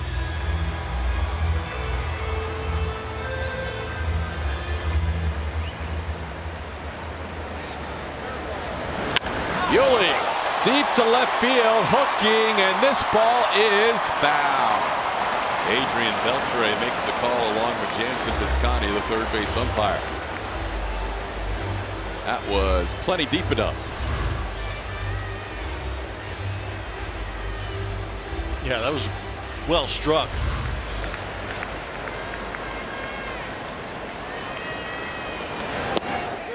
Called third strike. Chavez catches the corner for his second strikeout. He's retired all 4 batters he has faced.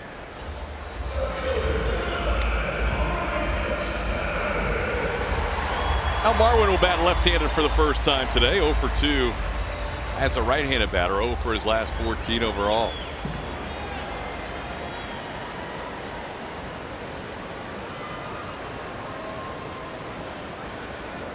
Astros playing their 22nd home game of the year. 11-10 coming in at home, 14-6 on the road. The run scoring almost 2 runs a game more on the road than at home. One constant has been the pitching.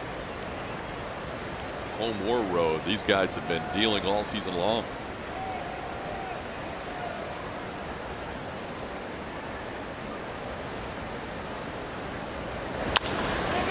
Chavez fields it on a comebacker on 1 bounce. And Marwin is retired for out number 2.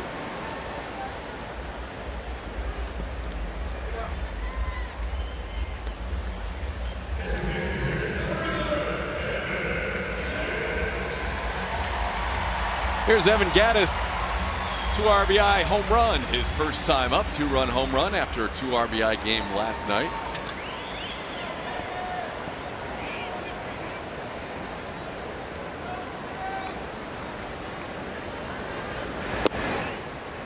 Evan takes a called strike.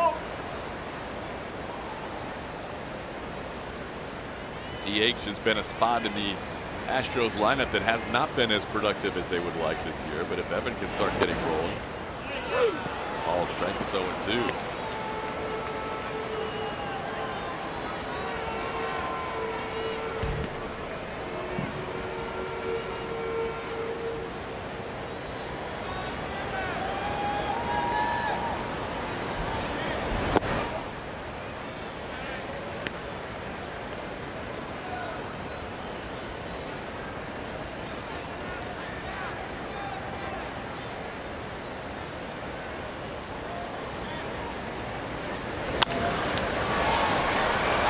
Beltre pass Profar into left field.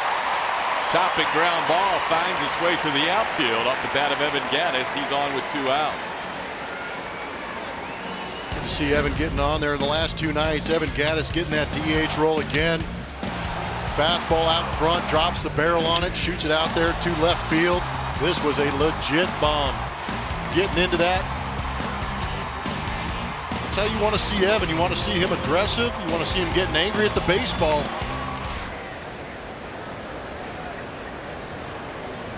Error charge to Adrian Beltre on that last play as Max Stassi takes a called strike. Stassi facing a righty now after going 2 for 2 against the lefty today. There's nobody with a bigger righty-lefty split than Max Stassi. Over 500 against left-hand pitching and 167 against righties.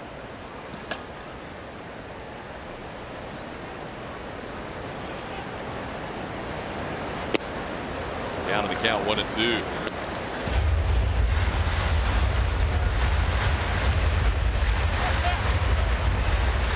Overall, though, Stassi has that average up near 300 with his 2 for 2 today. He's batting .298.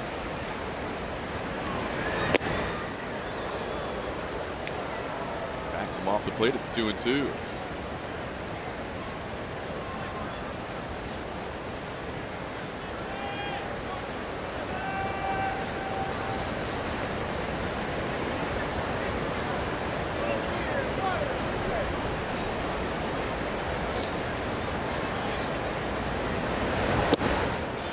Chavez gets him swinging. But Jesse Chavez works around the error and gets the Astros with a couple of strikeouts in the inning. We head to the 6th, 3-0.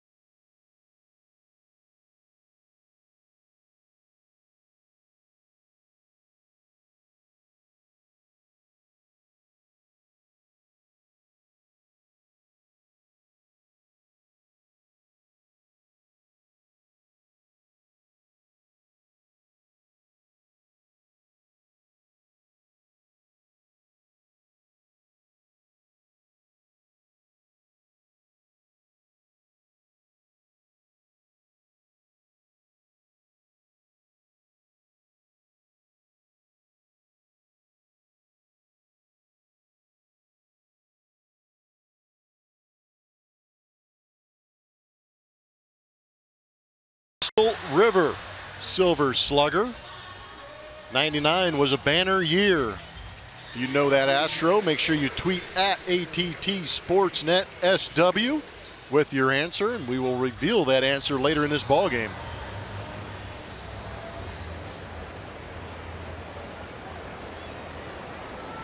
Sixth inning baseball. Astros leading 3-0. Dallas Keuchel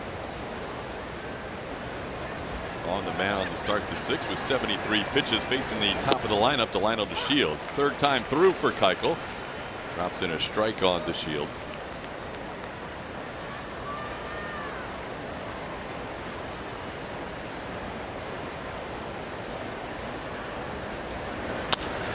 Ball in the right field. Fisher, a long run, and he makes the play. Great jump and great speed shown by Derek Fisher for out number 1. Nicely done by Fish.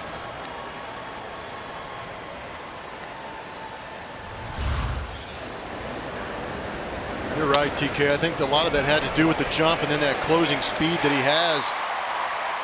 Able to get on that quick, stay with it, see it into the glove. Nicely done.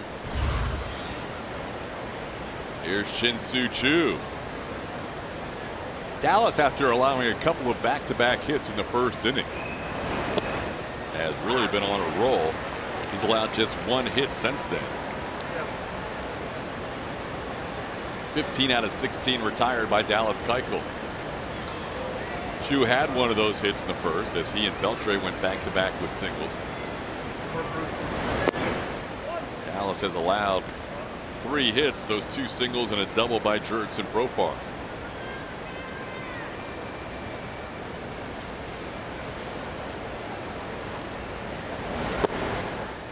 Strike called, 1-2.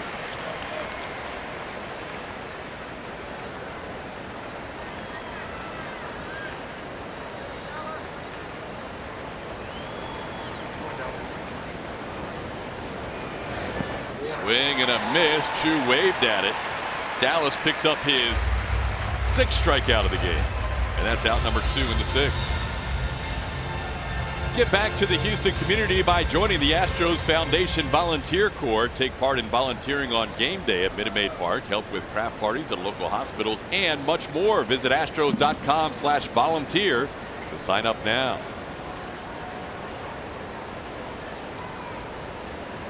Dallas has had 2 games with great run support. 10 runs in a game in Chicago against the White Sox and 16 runs in his last start in that game in Oakland. But he's also had 5 other starts where he's had 0 or 1 run of support. And today just his 2nd tweener game, if you will, with a 3-run lead at 3-0. He also had 3 runs scored for him against the Orioles in his 2nd start of the year, and the Astros won that game 3-2. So Dallas sits at 2-5 coming in, and his 2 wins were those big offensive surges, but he really hasn't had consistent offense behind him all year long. No, I completely agree. It's tough for pitchers to go out there and realize they've got to be perfect. Not an easy way to go out there and pitch, but I think that's the mentality of these guys, is just to go out there. If they execute their pitches and do their job, they're going to hold the other team down, hopefully long enough for the offense to jump in and do their job. Did we hear a number on the expected win-loss of this team? We heard it before the game. Yeah, 31-10. Yeah, that's incredible. Well, they are pitching well enough to win more than 3/4 of their games. The offense hasn't always cooperated, and this is the offense that scored more runs than anybody in baseball last year. So you know it's just a matter of time. 2-2 pitch, and Beltre looks at a close one. It's 3-2. Yeah, that expected win-loss number is incredible, but a lot of it has to do with that starting rotation and those spurts of offense that we've seen. If we've seen consistent offense, the number might be closer to that. Just missed inside. Dallas wanted that one. Beltre draws a walk. That is the first walk issued by Keuchel. 2 outs in the 6th. Dallas lives on the edge, and that was on the edge. Looked like a cutter down and in, just off that inside corner. First walk of the game for Dallas Keuchel. It's been a good zone today for Jordan Baker.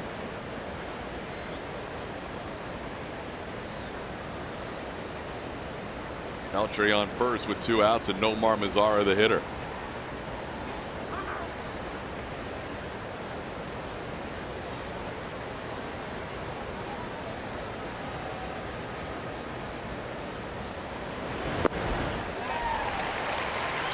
Our best in Texas power pitcher is brought to you by your local Ford dealers. Dallas Keuchel mentioned the edginess of Dallas when he is effective. This year, up in the ante a little bit, getting up to 35% of his pitches being on those edges. And what that does is, to a hitter, a lot of times the pitches will look like good pitches to hit, and he has just enough sink, just enough cut, or pulls back on the velocity to create swings and misses. But he also creates that soft contact that we talk about, staying away from that sweet spot on the barrel. That's Dallas's game. Yeah, when he's on, that is what he is doing for sure. Inducing soft contact. 2nd in the American League in that percentage at 26.3. Well, he's a guy, to me, you've got the Coles setting strikeout marks and Mortons and Verlanders. He's the guy to me that's, he's kind of like the guy in the golf group where all the other guys are hitting it 300 and some of them are spraying them to the right, some of them are spraying them to the left, but Dallas is the guy that's down the middle, 250 every time. Yeah, just steady Eddie. All of a sudden you wonder how he showed up on the scorecard beating you. It's because he's been so consistent and doing what he's very good at, and you're seeing a lot of that edginess on those replays of those pitches. And meanwhile, Morton, Verlander, Cole, they've been hitting a 320 in the fairway this year. They've been striping it, to say the least. They've had distance and accuracy this year. But Dallas hasn't been going for the strikeouts, and that's not necessarily his game. 6 matches his season high. There's 7 for Dallas as he gets Mazara to end the inning. So Dallas strikes out Nomar Mazara. His first walk of the inning is left at first, and we are through 5.5 with the Astros leading 3-0.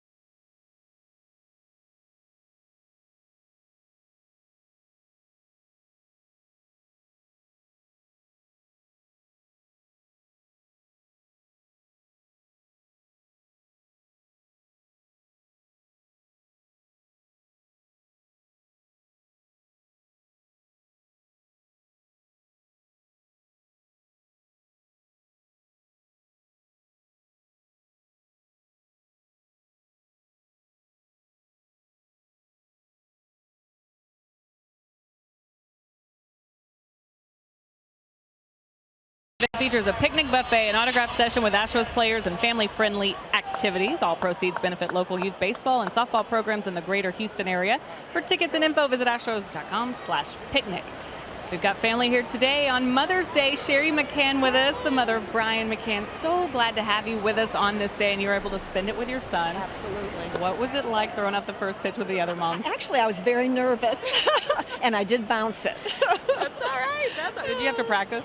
I did practice. Did he give you a hard time? And he will. He will. I will not hear the end of it, that I bounced the ball. Did he throw down a sign for you in true catcher? No, he did not. That was my problem. That was my problem. I didn't have a sign. What was I going to do? Yeah, give it right back to him.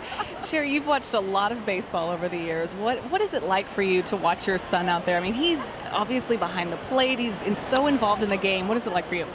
It's, after 14 years, I'm so proud of him. It's amazing the job that he's done. All I can say is amazing. He's a wonderful man and a wonderful father. Yes, he is a father too, your grandmother. So happy Mother's Day to you. Thank you. You watched him also win a World Series, and he's been a lot of teams. So what was that moment like for your family? It was amazing. This is the best team that he's ever been on, Julia. I mean, by far, the players, they're brothers. They are brothers, the closest team I've ever seen. And so I think that's the key to everything. And you would know it. Also, I do want to ask you, not such a serious question, more of a fun question, because you've watched a lot of baseball games on TV, too. What do you think of Jeff Blum's call, McCann ball? Absolutely, absolutely. I love it. Keep doing it. Keep doing it. We will pass that along to Blummer for sure. Again, happy Mother's Day. I'm so glad you're here, and enjoy the rest of the game. Thank you so much. All right, guys, over to you. There you go. I just got Mom's approval. We're good to go. Let's hear it. Appreciate that. No. Oh, you have to wait for Homer? I need a home run. Oh, I thought maybe at the end of her interview. That was good. That was awesome. She's a great lady, and you can see where Brian gets a lot of his personality. Absolutely. And moms know things. Moms can tell in conversations whether or not you're on a good team, bad team, or how you're going. Well, she had some good insight on how Brian mixes in with these guys and how much fun he's having. And for her to drop out, that's a pretty strong statement. Best team by far. He's played on some good teams prior to joining the Astros. He absolutely has. So that's a pretty impressive statement. And the reason they're so close, as Marisnik rounds out to third for the second out, I think Brian's a big part of that. He's kind of that veteran, but he's inclusive with everybody in the clubhouse. And the fact that he went right to work last year with this pitching staff as soon as he knew he was going to be an Astro, it was a big reason why they hit it off so well last season. I completely agree. A true professional, and I think a lot of that had to do with the excitement of knowing the team he was coming into. Well, when you're going through a little issue here, like a little mini slump for Altuve, 0 for 11, as we mentioned earlier, it feels like forever. He seems like he's down 0-2 all the time. Here's a ground ball to Profar, and Altuve still looking for his first hit of the series, although he flies down the line and just gets thrown out by less than a half step. Brian McCann celebrating that World Series championship.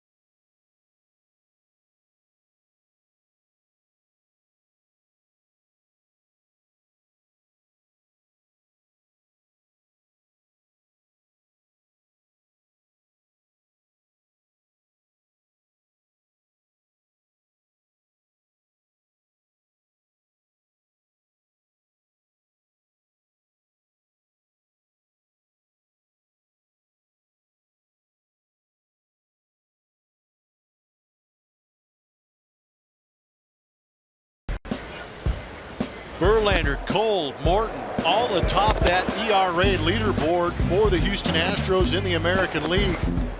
Verlander with his 1.21, Garrett Cole 1.43, and Charlie Morton pitched his way on there. Last night with that outing he had, setting a career high in strikeouts with 14. Dallas Keuchel working with a 3-0 lead in the 7th inning.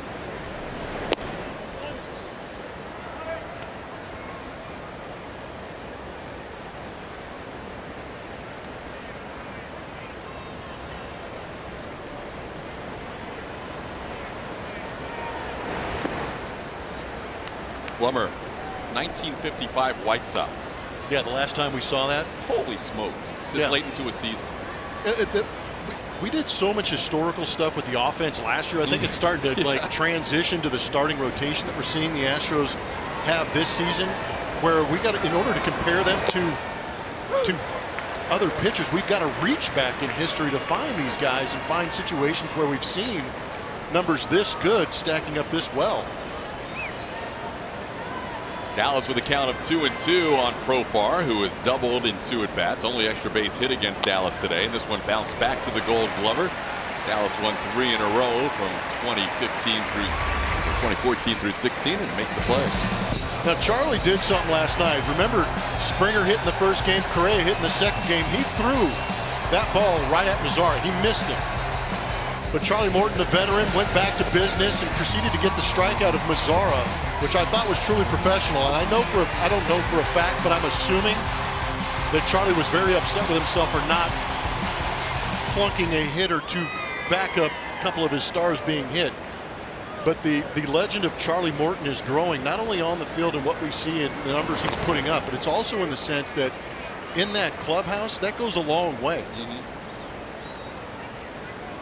Yeah, I mentioned at the time about Mazzara's reaction, and it wasn't necessarily because I was waffling on whether there was intent or not, because you never know for sure. But if you get 2 guys hit and one of them is not playing that day, you almost have to anticipate there will be at least one pitch inside to one of your stars the other way. Yes. And in old times, that pitch would have gone. Well, you can say old school, because that is the mentality of the old school guys. It's like, if you get 2 of my guys, I'm going to get 1 of yours. And it just and then the game proceeds. There's no stare down. Yeah, there's no. You would hope that if he actually did hit Mazzara would take the hit by pitch, go to the base, and again, the location of the pitch, it was down around the legs. Nothing.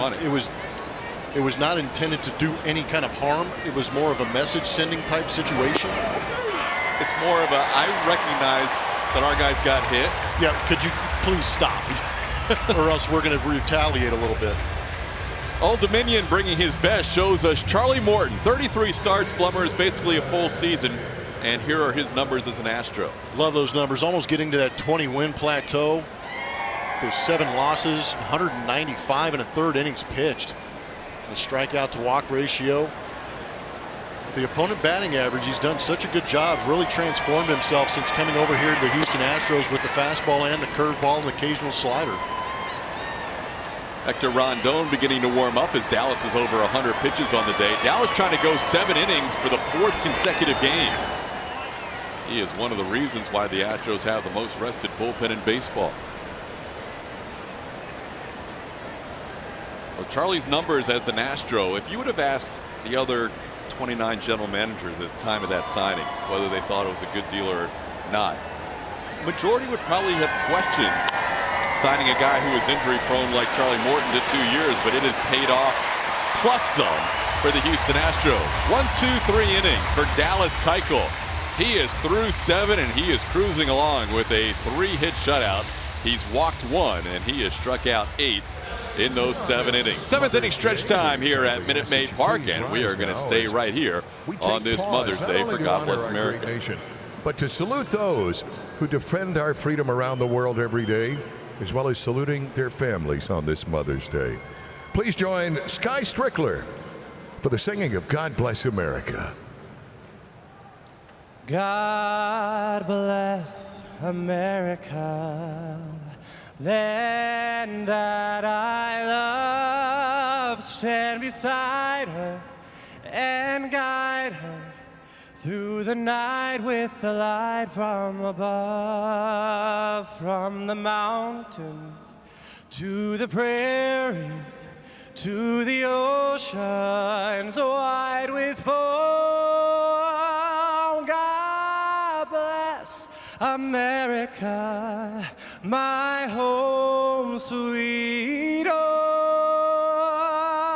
God bless America, my home sweet home.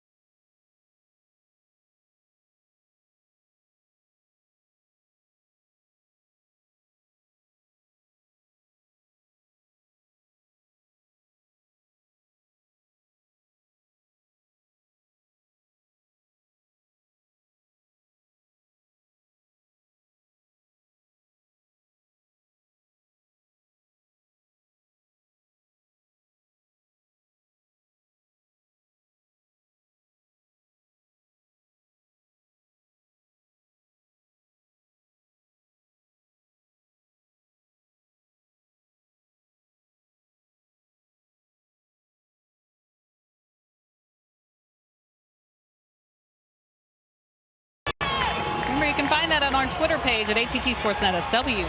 Which Astros player or coach is your mom most like? Let's see who wins today. Whoa, it's close. 34%, AJ Hinch, the boss. Oh, okay. Altuve coming in second. A lot of hard-working moms out there. I like it. Where would your mom fit in there? Oh, man. She has a lot of different, all those. Mom has a little bit of all of that. Where's the E? All of the above. There you go. My mom is a boss babe, though. Happy Mother's Day to my mom at home watching. And my aunt and my grandmother, they're all together without me. But I miss them, love them.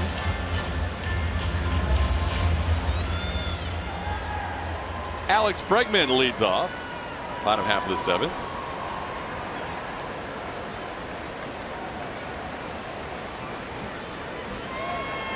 Bregman and Correa and Yuli Gurriel, 2, 3, and 4 in the Astros lineup, leading 3-0. Facing a new pitcher, the veteran right-hander Kevin Jepsen takes over. Alex reaches the first pitch and fouls it out of play. Jepsen's a fastball, changeup, slider guy, making his 19th appearance for Jeff Bannister. 0-3 on the season. Interesting strikeout to walk ratio. So command a little bit of an issue early on for Kevin.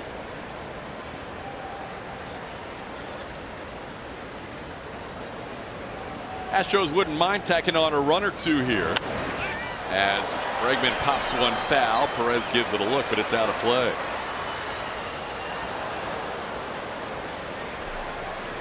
Hey!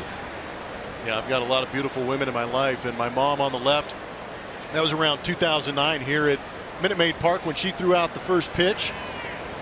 Love Mom. She did a lot for my career and enabling me to go out there and play a ton of sports. And then my wife, Corey, on the right-hand side, kneeling down. And man, I wish my girls were that young again. I've got 4 teenagers in the house, so her stress level and level of responsibility goes up every year. They do a fantastic job, and I truly would not be able to have this job or even consider the opportunity to be sitting in this booth if it wasn't for my wife, Corey, being such a fantastic mom.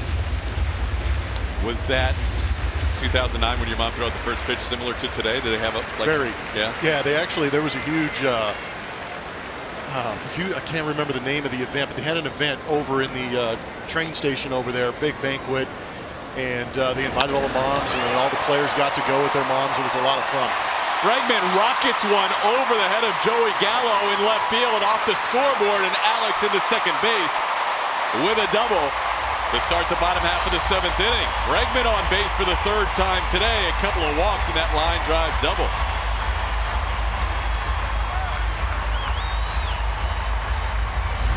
Alex likes swinging the bat on Mother's Day. He usually does pretty good when the pink is involved in the uniform. Slider hanging up out over the middle part of the plate.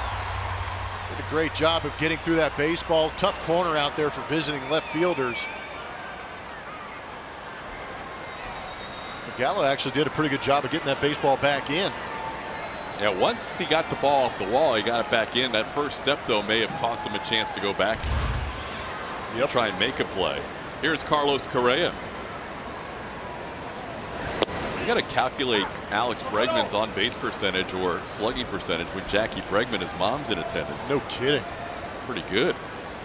Usually she's at the games when they're at Yankee Stadium, where he hit his grand slam last year. Here is Carlos Correa looking for his first hit. A couple of strikeouts and a ground out. And this ball's hit deep to left field. Correa watches it. Gone. Home run. 5-0 Astros. Correa with a home run in consecutive games. And he now has 7 on the year.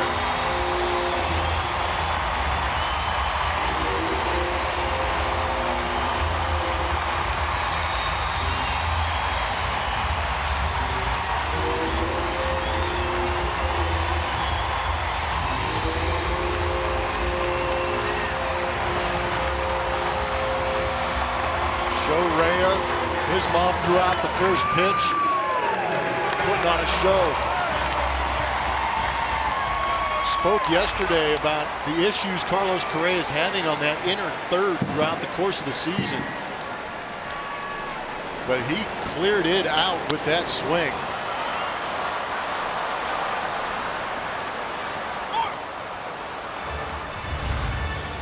Middle in, setup in, fastball in, elevated, and Carlos Correa said, "Get out." 4-seam fastball, barreled up nicely by Carlos Correa. Can't wait till we have Jeff Bagwell on again, because he will talk about things like this. When you're getting worn out in a certain spot on that plate, the way you get them away from that spot is by clearing it out. That's what we mean by clearing it out. Get that head to the baseball and drive it. That was a theme for us early in the series, and the Rangers have been pitching him in, and he finally made it pay. 392 feet estimated distance on that. Now Yuli bidding for one to right field. Chu near the wall, and he drops it. Yuli into second base. That ball should have been caught by the right fielder Shin-Soo Choo. Instead, Gurriel reaches on the air.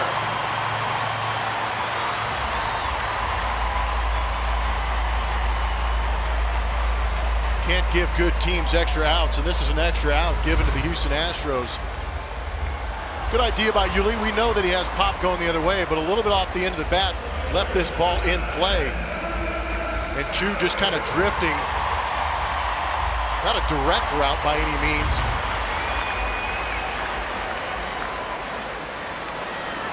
So Yuli on for the 3rd time.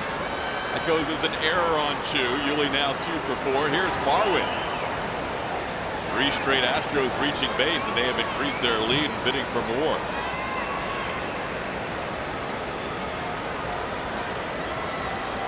Marwin 0 for 3, trying to snap an 0 for 15. And swings through that. You may have seen as Correa crossed the plate on this Mother's Day, blowing kisses. His mom was one of those who threw out the first pitch, Sandy Bell Correa. It's awesome. And Yuli's mom was part of that group as well. Olga Gurriel. Marwin with a count of 1-1. Well, all the guys whose mom threw out the first pitch having a game today. Altuve, the one exception, but Altuve can still get another chance, you would think. Or he could just go home and point to the mantle. So I'm pretty good. And say, I was pretty good. And I will be pretty good again. I was thinking about that today. I was like, which is my all-time favorite Altuve quote? Because now there's 3 that are in the mix for me. Not even counting all his HEB commercials, which are great. Yeah, they are. But the 3 best for me right now are the I'm pretty good from the energy drink, of course. The I literally love Justin Verlander. And now my most recent favorite is what he said about Springer after the 6-hit game. When he said, that's crazy. And he starts laughing. Who can get 6 hits? That's crazy. And he's smiling like a proud papa. Yeah. And he couldn't have been more happy for his teammate getting 6 hits when he's never had 5 in his incredible career. A special player and a special human. And you know his mom had a big part of that, so happy Mother's Day to her.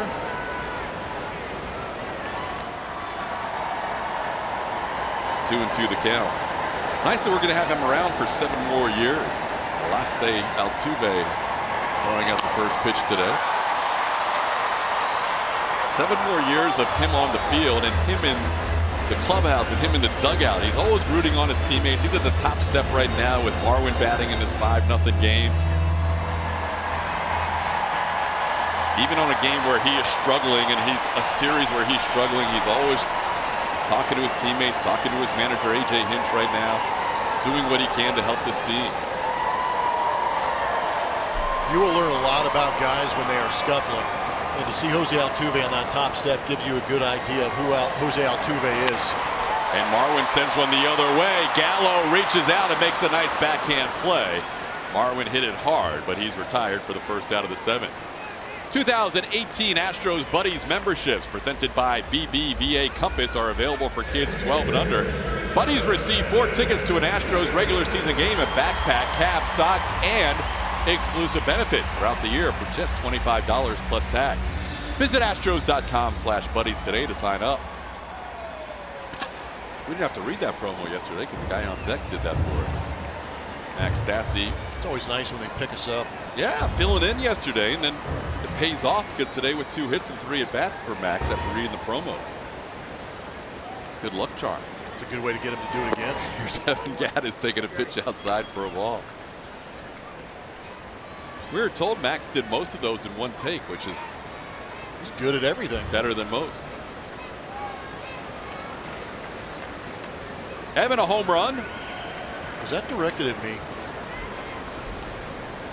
1 take, reading the promos? No, for players. Oh, okay. Most players don't do it in 1 take. Better than most was kind of an outside reference with the Players Championship going on and Tiger Woods playing. Gotcha. A little esoteric, sorry. Yeah. 2-0 the count to Evan. Come on to you. But no, a lot of guys have read them in the past, and we appreciate whenever players are able to do that for us. But it does usually take them a few tries to get it right. But Max was pretty solid yesterday. 2-0 the count to Evan. And that's outside. It's 3-0. Well, I think one of the keys for Evan, as we've seen him start to hit better here with his 5-game hitting streak, is organizing the strike zone. Absolutely. That last pitch at 2-0, maybe a pitch he would have chased while he was struggling. Instead, he takes it, and now it's 3-0.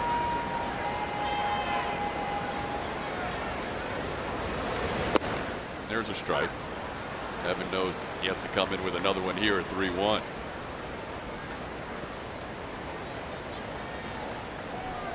You could tell when Evan was fighting it, he was talking to himself in between pitches,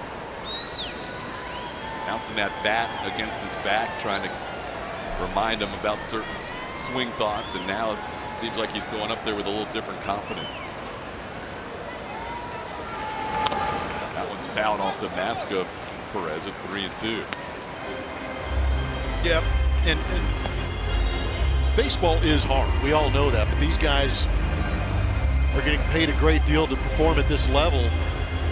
And you're going to find those slumps, and you're going to start losing track of the strike zone. And when you start putting a lot of pressure on yourself, you try and go get pitches out in front of home plate instead of letting them travel. And that's where the issues start to set in and the panic starts to set in. But eventually you get back to who you are, and it's good to see Evan Gattis starting to get the barrel to the baseballs a little more frequently on some of these mistake fastballs out over the plate. The idea at the beginning of the year was that Evan would get most of his at-bats as the DH, and that has transpired this season. Coming off a year in which he had 300 at-bats last season, with Carlos Beltran getting the majority of the DH at-bats. For Evan, that was the fewest at-bats he had in any of his 5 big league seasons. 3-2 the count, and fouls that one away. I'll tell you what, if he starts hammering balls up around the beard, watch out. Because we've seen him get going on hitting fastballs up around that beard. No problem. If I remember correctly, he hit a walk-off against the Tampa Bay Rays on a pitch right around his forehead. A couple of balls in Oakland. I mean, they were eye level, and he's getting on top and driving through them and smashing them off the center field wall. So beard high when he's going well is okay. Oh, yeah. That's his kill zone. This one is down and away, and Evan reaches for the 3rd consecutive time. Well, it's time to name that Astro. Hope you got your tweets in and figured out who it is. Crystal River, Silver Slugger, 99 was a banner year. Yes, that's him. The Bulldog, Mike Hampton. Crystal River High School down there in Florida, 5-time Silver Slugger. He could rake. He could rake. And going to Colorado even enhanced that raking even more. 1999, 22-4 with a 2.9. Backing it up with a 311 batting average. Yeah, I'd say that's raking. Great athlete, Mike Hampton. Good teammate, too. Had him in a couple of places. We both ended our careers in Arizona. It's good to have him around. Brandon Mann warming up in the Rangers bullpen. He was just called up today from AAA Round Rock. He is about to turn 34 years old in a few days, and he has never pitched in a major league game. But he's warming up now. Max Stassi batting with 2 on and 1 out. Yeah, his story is one of the more impressive stories about perseverance.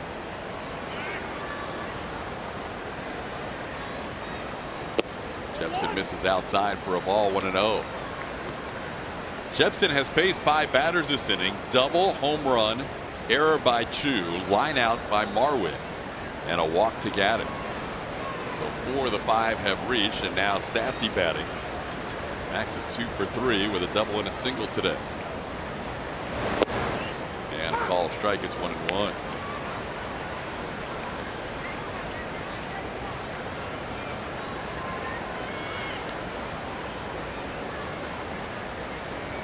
Astros winning 3 out of 4 against the Rangers in the first series of the year in Arlington. Texas coming back to win 2 out of 3 at Minute Maid Park. And now the rubber game of a 3-game set. Astros with a 5-0 lead in the 7th. Long inning here at the bottom of the 7th, and Dallas Keuchel over 100 pitches. It appears Dallas's day is done, but if so, what a great outing again for Dallas. 7 innings of 3-hit shutout baseball. That'll be 4 in a row and 5 out of 6 where he goes at least 7 innings. Yeah, backing up a very good start he had in Oakland. He went 8 strong out there in Oakland. 3-1 the count to Max Stassi. He has a chance to lock in on one here.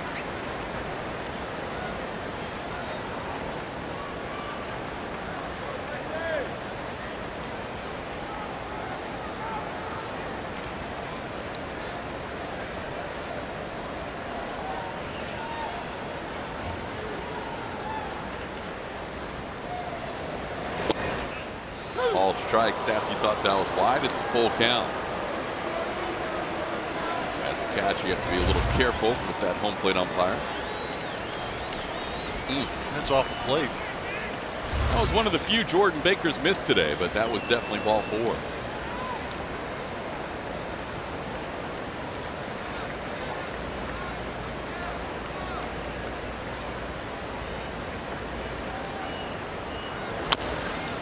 Towards third, Beltre. He doesn't make a play anywhere.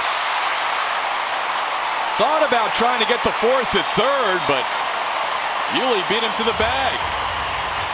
A rare mistake mentally for Adrian Beltre. The out was in front of him going across the diamond. Not hit very hard. He had to come up into that baseline. Thought he would be able to beat Gurriel to third base. It looked like that hamstring may have bit him a little bit. He's not moving well. Right there, that right leg. But the play when you're coming in is to go ahead and get that sure out in front of you. That's why I said it's a rare mental error for Adrian Beltre. You don't see that too often from a future Hall of Famer. That'll be the last batter Kevin Jepson faces. We'll tell you about the new pitcher making his major league debut at age 33 when we come back.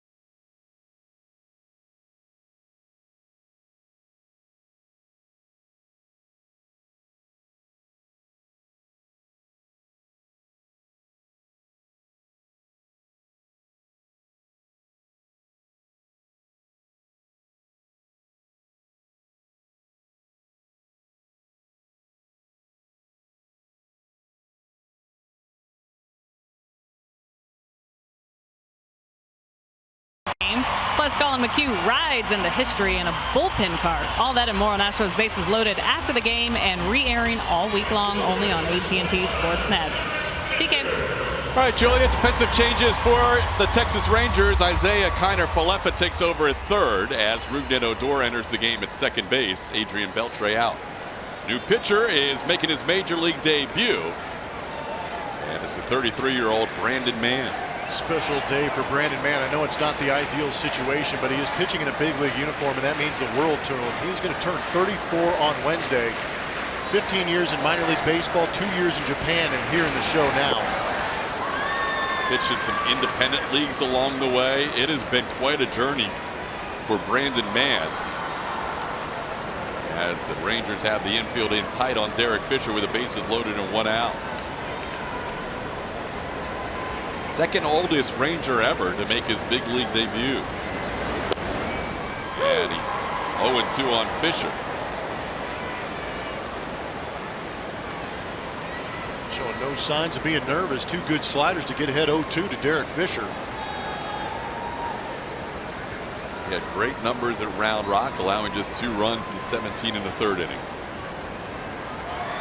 His wife and his sister are here from the Seattle area, flew in this morning.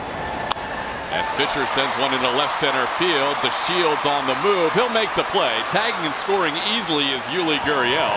Astros add to their lead. It's now 6-0.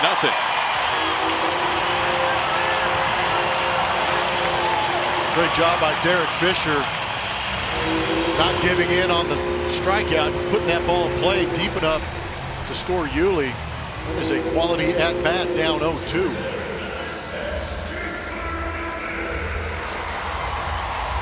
Well, just like last night, the Astros adding to their lead. It was a 3-1 game last night that became 6-1 with a 3-run 8. Today, it's a 3-0 game that became 6-0 with a 3-run 7. Still bidding for more. Jake swings and misses. Julia?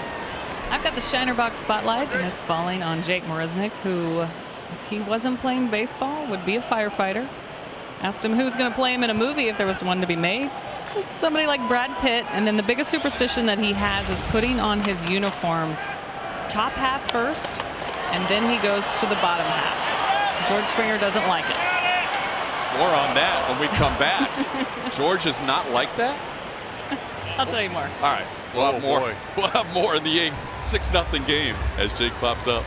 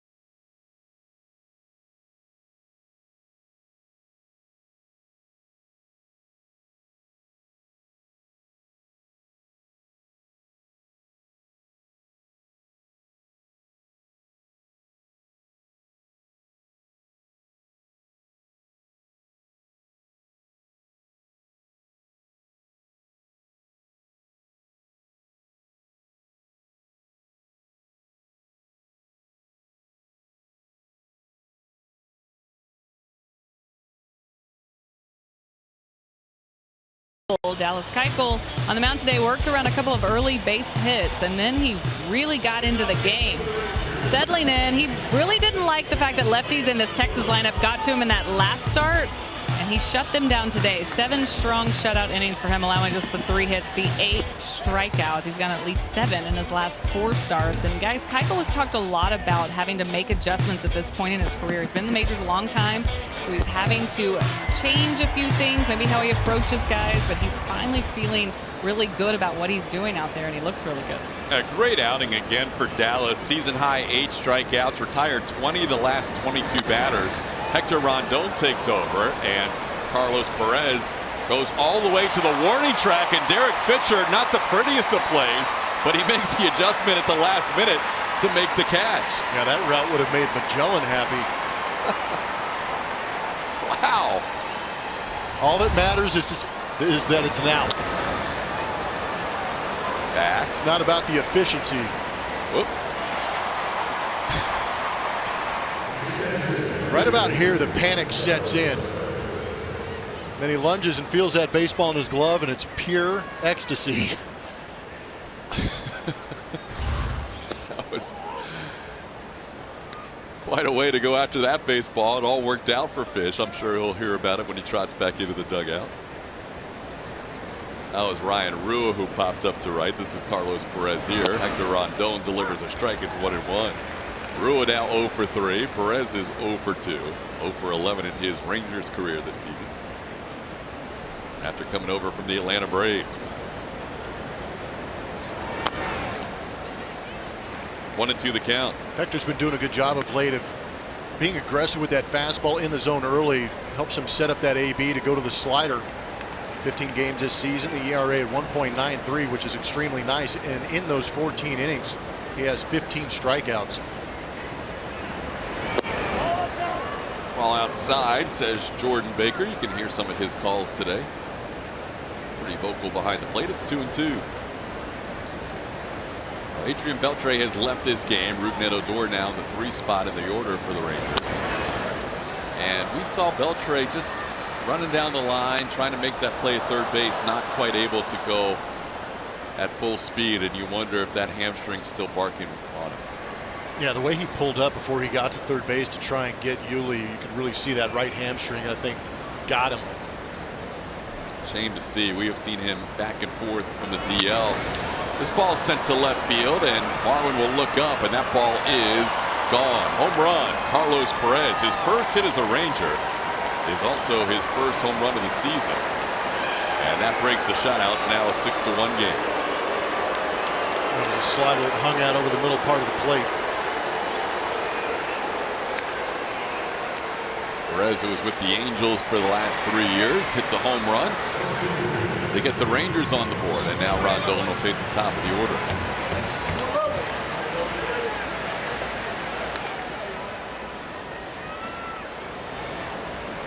Lionel to Shields, a couple of flyouts and a strikeout.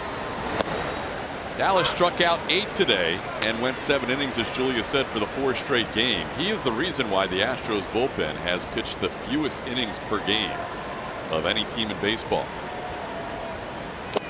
Overall, they have 3 more innings out of the bullpen than the Cleveland Indians, but the Indians have played 3 fewer games, 38 to the Astros 41. So the Astros bullpen has been really rested all season long.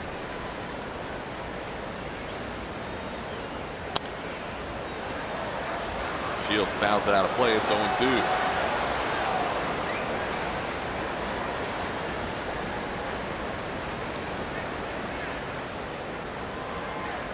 Going back 6 starts now for Dallas, beginning with his 8-inning complete game in Seattle in a 2-1 loss. He's averaging over 7 innings a start in those 6 games. When you leave it up to your bullpen for 6 outs or less, that is job well done by your starter.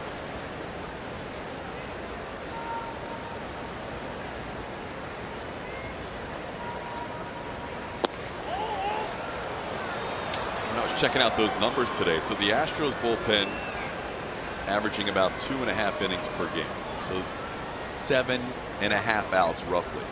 They're going into Los Angeles to take on an Angels team that has been neck and neck with them all year. That bullpen is averaging more than 4 innings of work per game. Seriously? Averaging. Wow. So that's your huge difference. You can't go the whole season with your bullpen pitching that much, or else you're going to have constant reinforcement. Well, I was going to say, unless you've got depth down in AAA, maybe even AA, if you're rotating that many guys through it, that's incredible. The Angels have used their bullpen the most, the Astros the least, and let's see how the starters fare in this upcoming series as we have the matchups for the 3 games in Anaheim. Lance McCullers Jr. gets the ball tomorrow against Andrew Heaney, and then Garrett Cole back on the mound against Jaime Barria, and Justin Verlander against Garrett Richards. Battle of 1st and 2nd place in the AL West. That'll be a lot of fun. Night game on Wednesday. It'll be a late arrival for the Astros coming back from the West Coast. But an off day on Thursday before the Indians are in town. Does that mean you get to watch Shohei hit, possibly? Yeah, I would say. Yeah, he's got to mix in there. Shohei should be in the lineup at some point in that series, which we missed the last time when the Angels were in town. Shin-Soo Choo, the batter, and he singles into left center field. In on the hands, kind of fought it off for a single.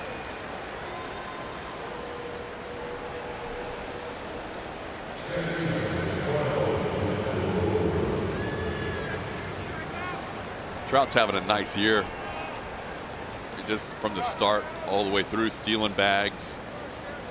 Andrelton Simmons. Simmons has been a pretty big surprise for me. He's always been a phenomenal defender, but the numbers and the OPS that he has that are shooting up now, he's become a very good 2-way player in that lineup for Mike Scioscia. Mentioned earlier, we did not see Shohei hit in that series at Minute Maid Park, but those offensive numbers are pretty gaudy.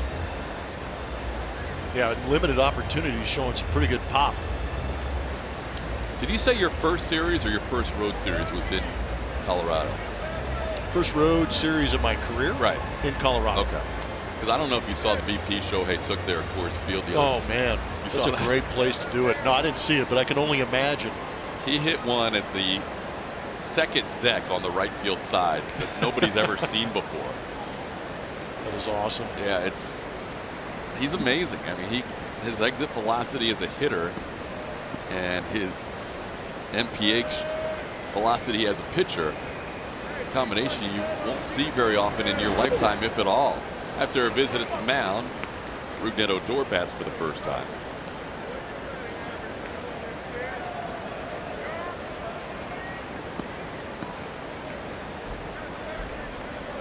Odor taking over in that 3 spot. Adrian Beltre leaving the game. Rudnick playing second. And Kiner Falefa moving over to third. 1-1 the count. A couple of hits in the inning allowed by Rondon, just trying to get through the 8th and keeping the score at 6-1. Tony Sipp warming up in the Astros bullpen. Omar Mazara is on deck. That ball's hit hard through the shift, base hit. Fisher on it in a hurry. That'll keep Chu to 1 base. So the Rangers have 2 on and 2 outs, and with Sipp warming up and the lefty Mazara due, A.J. Hinch out of the dugout. Rondon unable to get through the 8th. We will have a pitching change when we come back.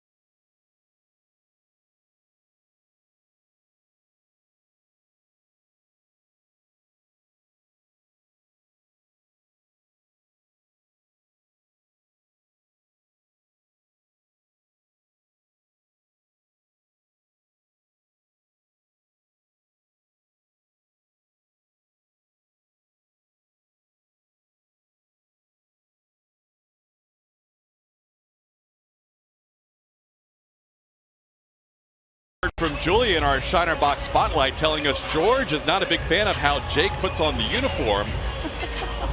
We need further information on that. These two, they're fun. So it's a superstition of Jake to put on his uniform with everything on the top half of his body goes on first. So not just the jersey, but the sleeve, the cap, and then he goes to the bottom half of his body. George can't stand this. So it's also part of the tradition of the superstition for George to give Jake a hard time about this every day. Their lockers are right next to each other. You can imagine the banter. And I've asked George about this, and he just rolled his eyes, which just tells you a lot about the relationship these two have. It's a good one. It's a great, I mean, you heard Brian McCann's mom earlier talking about how close this team is. And Jake's usually right in the middle of things too with everybody. Yeah, meanwhile, Jose Altuve is taking his hat, throwing it somewhere. Right. There's plenty of antics going on in that clubhouse. Tony Sipp on to face Nomar Mazara with 2 on and 2 outs in the 8th. Brad Peacock warming up, and with Turks and Profar on deck, not sure if Sipp will get 1 or more batters in this outing. Mazara 0 for 3 today, but he has been hot for the Rangers lately.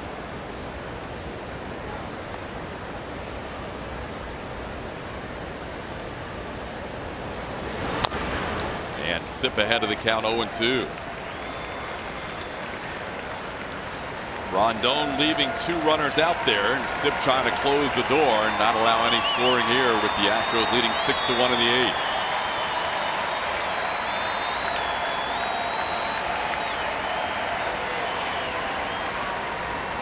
Sipp faced Mazara in the 8th inning of the game here on Friday night and struck him out looking. That was the only batter he faced in that game. Towards the middle, Correa on 2 big hops steps on the bag for the fielder's choice. Sipp does his job, and the Astros lead 6-1.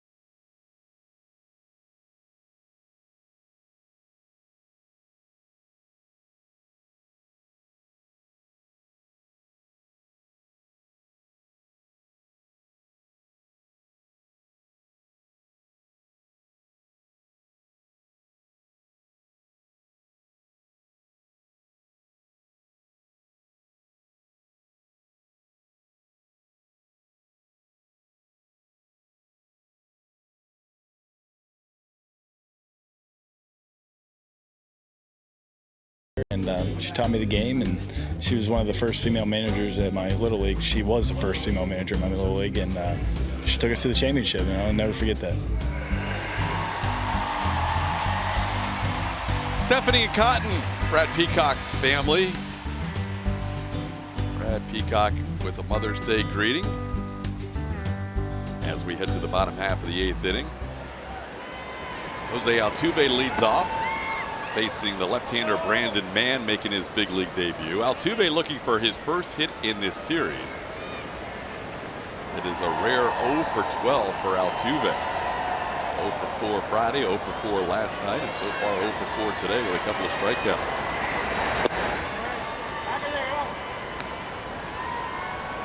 Mann, who turns 34 on Wednesday, got 2 outs. The first 2 batters he faced with the bases loaded in the 7th inning. 1 run scored on a sac fly, but he's able to retire Fisher and Brisnet. Now facing the reigning MVP, and Altuve sends a high fly ball into center field. The shield, shy of the warning track, makes the play for out number 1. On this Mother's Day, players using the pink Louisville Sluggers. Official Mother's Day merchandise. The bags have Mother's Day on them. Pink ribbons, merchandise royalties will be donated to the Susan G. Komen and Stand Up to Cancer Foundation as MLB goes to bat against breast cancer. All started in 2006 to help raise awareness and funds for its research against the fight against breast cancer. You see all the players wearing the sleeves, the wristbands. Some of the guys have the pink shoes like Alex Bregman. Here's a ball rocketed into right field.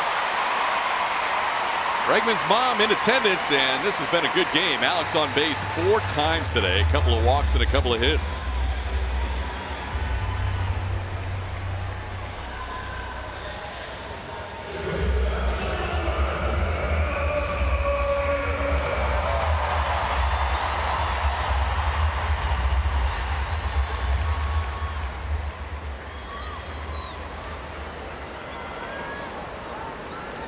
Correa batting with a runner on first and 1 out.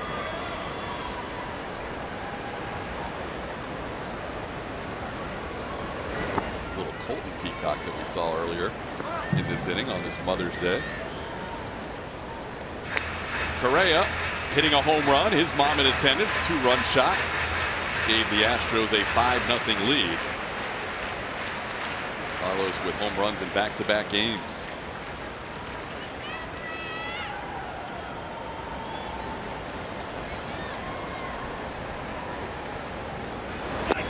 The journey for Brandon Mann. Pitched in Japan, pitched in some independent leagues, more than one team in the independent league, and was one of those guys that just kept hanging around. And here he is, turning 34 on Wednesday, making his major league debut. Found out last night he was heading to the major leagues. His wife Sarah got the first call. First flight out of Seattle today, that's the area where they live, landed at 1:40 in Houston. Like, that's not going to work. So Brandon's wife Claudia, Brandon's sister Claudia, and his wife Sarah drove to Portland about 2.5 hours away to catch the first flight this morning on very little sleep, and here they are getting a chance to watch brother and husband make his big league debut. And he's only facing the reigning world champions. He just faced the MVP, and now he's facing Carlos Correa. Pretty big moment for a guy who's spent his entire career trying to get to this stage.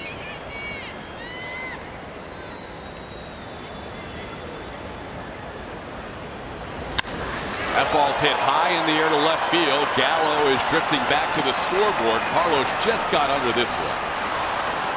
And he is out number 2. He didn't miss his second home run of the game by much.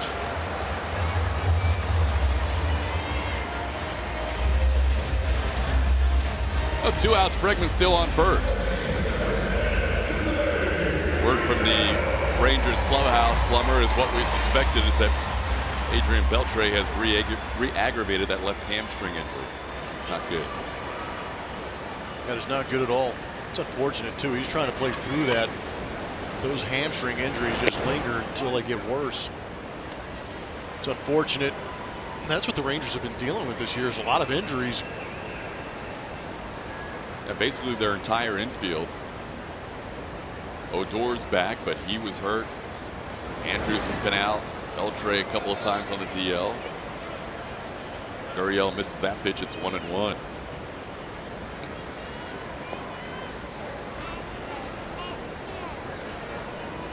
Astros leading 6-1. Trying to take a 6-4 lead in this Silver Boot Series.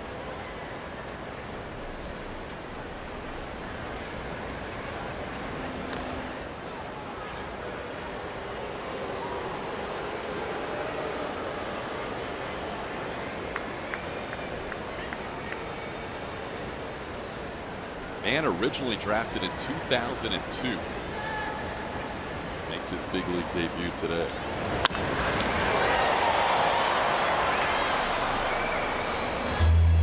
Caught up with him before the game, and I was saying, did you ever think once you got to AAA, like this could be the moment? And he said, I had a 17-inning scoreless streak going this year. As his wife, Sarah, on the left, and his sister looks on. He said, I had a 17-inning scoreless streak, and I finally allowed myself to think I could be a big leaguer. He said, as soon as I thought that day, I gave up a home run. He's like, here we go. I got this close, and I started thinking about it. I gave up the home run. So he goes, now I got to start all over again. But then here it is just a few days later, and the Rangers recognizing what he was doing.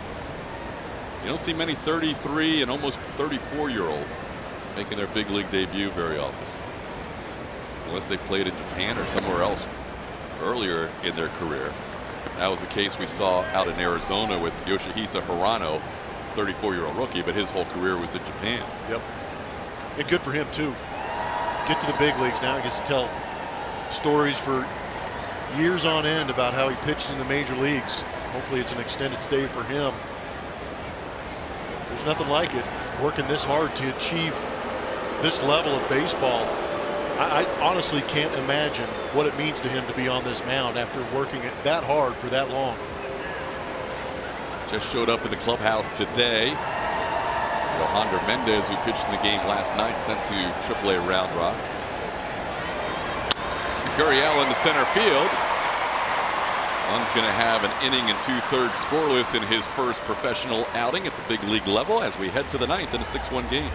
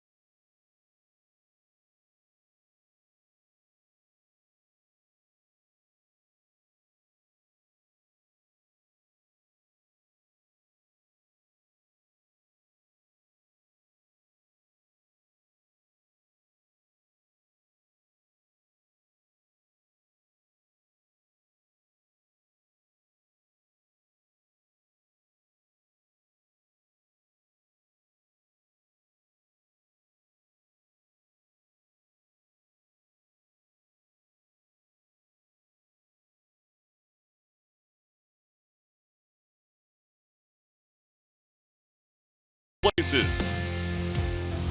On we go to the ninth inning on this Mother's Day. Astros trying to close out a 6-1 game as Carlos Correa was part of the offensive attack with a 2-run home run. Astros with a quick 3-game homestand. Last time the Rangers were in town, it was a 3-game homestand. And Brad Peacock on for the ninth. Brad Peacock doing a great job out of that bullpen for the Houston Astros. 14 games this season, 20 strikeouts at WHIP, well under 1. attacks that strike zone with the fastball. 92, 93, 94 miles an hour on that fastball, but a very good slider that has proven to be a pretty good wipeout pitch and getting those strikeouts for Brad Peacock.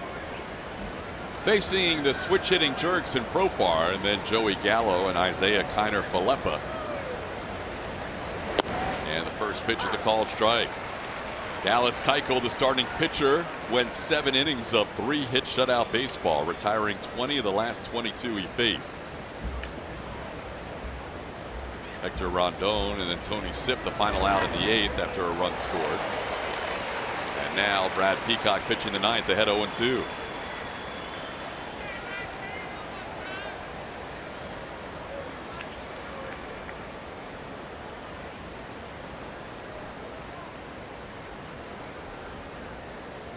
All these strikeouts this series, Astros pitching picking up 36 strikeouts. The one guy who hasn't struck out is Profar, as he stays alive at 0-2.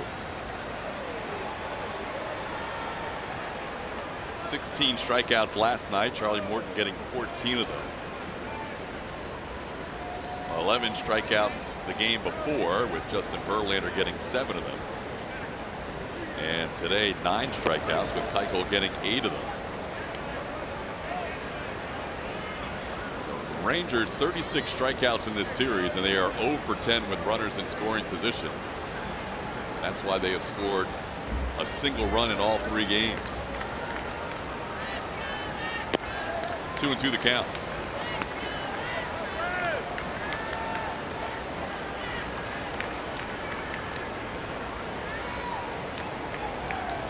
Big crowd this afternoon, 39,405. Each game of this series had a bigger crowd. Swing and a miss. Profar, for the first time in the series, goes down on strikes. Peacock picking up a strikeout for the first out. Watch the Astros in more ways than ever before by downloading the new AT&T Sportsnet app from iTunes or Google Play, or visit AT&TSportsnet.com to stream on your computer. Log in with your cable account and you're all set. Available for those with AT&T Sportsnet in their TV subscription. Blackouts and territorial restrictions apply. Here's Joey Gallo. Big swing. Fouls one back to the screen.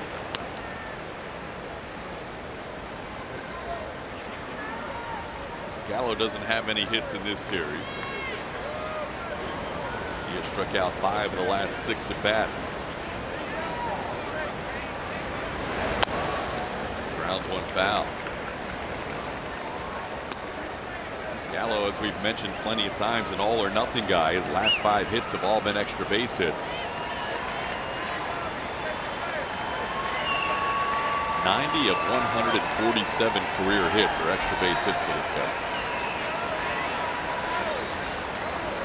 4 on the right side of the infield as Peacock misses up high. It's 1-2. This is incredible. From here to here, you hit it over here. That's a hit.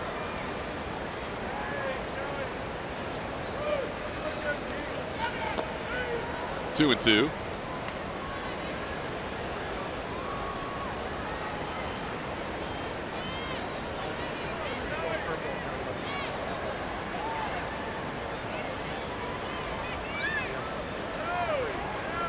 Gallo overall in an 0 for 17 slide with 10 strikeouts. Make it 0 for 18 with 11. Peacock gets him. That is the 11th strikeout of the day for Astros pitching in the 38th of this series. Plummer, 1-0 first game. The Astros go down, and the pitching has been solid all the way through this series. A lot of fun to watch. We know what this team's capable of, and it's great to see them bounce back, get back-to-back games of 6 runs. So the offense is coming around a little bit. They're feeling it, but it's good to see the pitching continuing to be magical throughout the season. Good Mother's Day Sunday to wrap up this quick homestand, and you're going to get a scheduled break here for the next series, huh? Yep. I saw the schedule, and I saw the night getaway game from Anaheim, and I said, there's no way I want to get any part of that. You guys will probably land around 5:15. I'm going to turn my phone off so you guys can't call or text me to let me know you got in safely. But yeah, I'm not going to be on that brief 3-game road trip. Actually back home to Anaheim. Family and friends will have to wait until the next trip through Anaheim. I'm going to stay here in Houston. We'll miss you for the 3 games. We'll have Mike Stanton filling in. against the Angels, and then Blummer will be back here for the Indian series. Enjoy your 3 days off, buddy. I absolutely will. I'm going to be out by the grill with the beverage and celebrating Mother's Day with my wife and kids. Well deserved. Now Brad Peacock with many remaining from the 39,405 standing.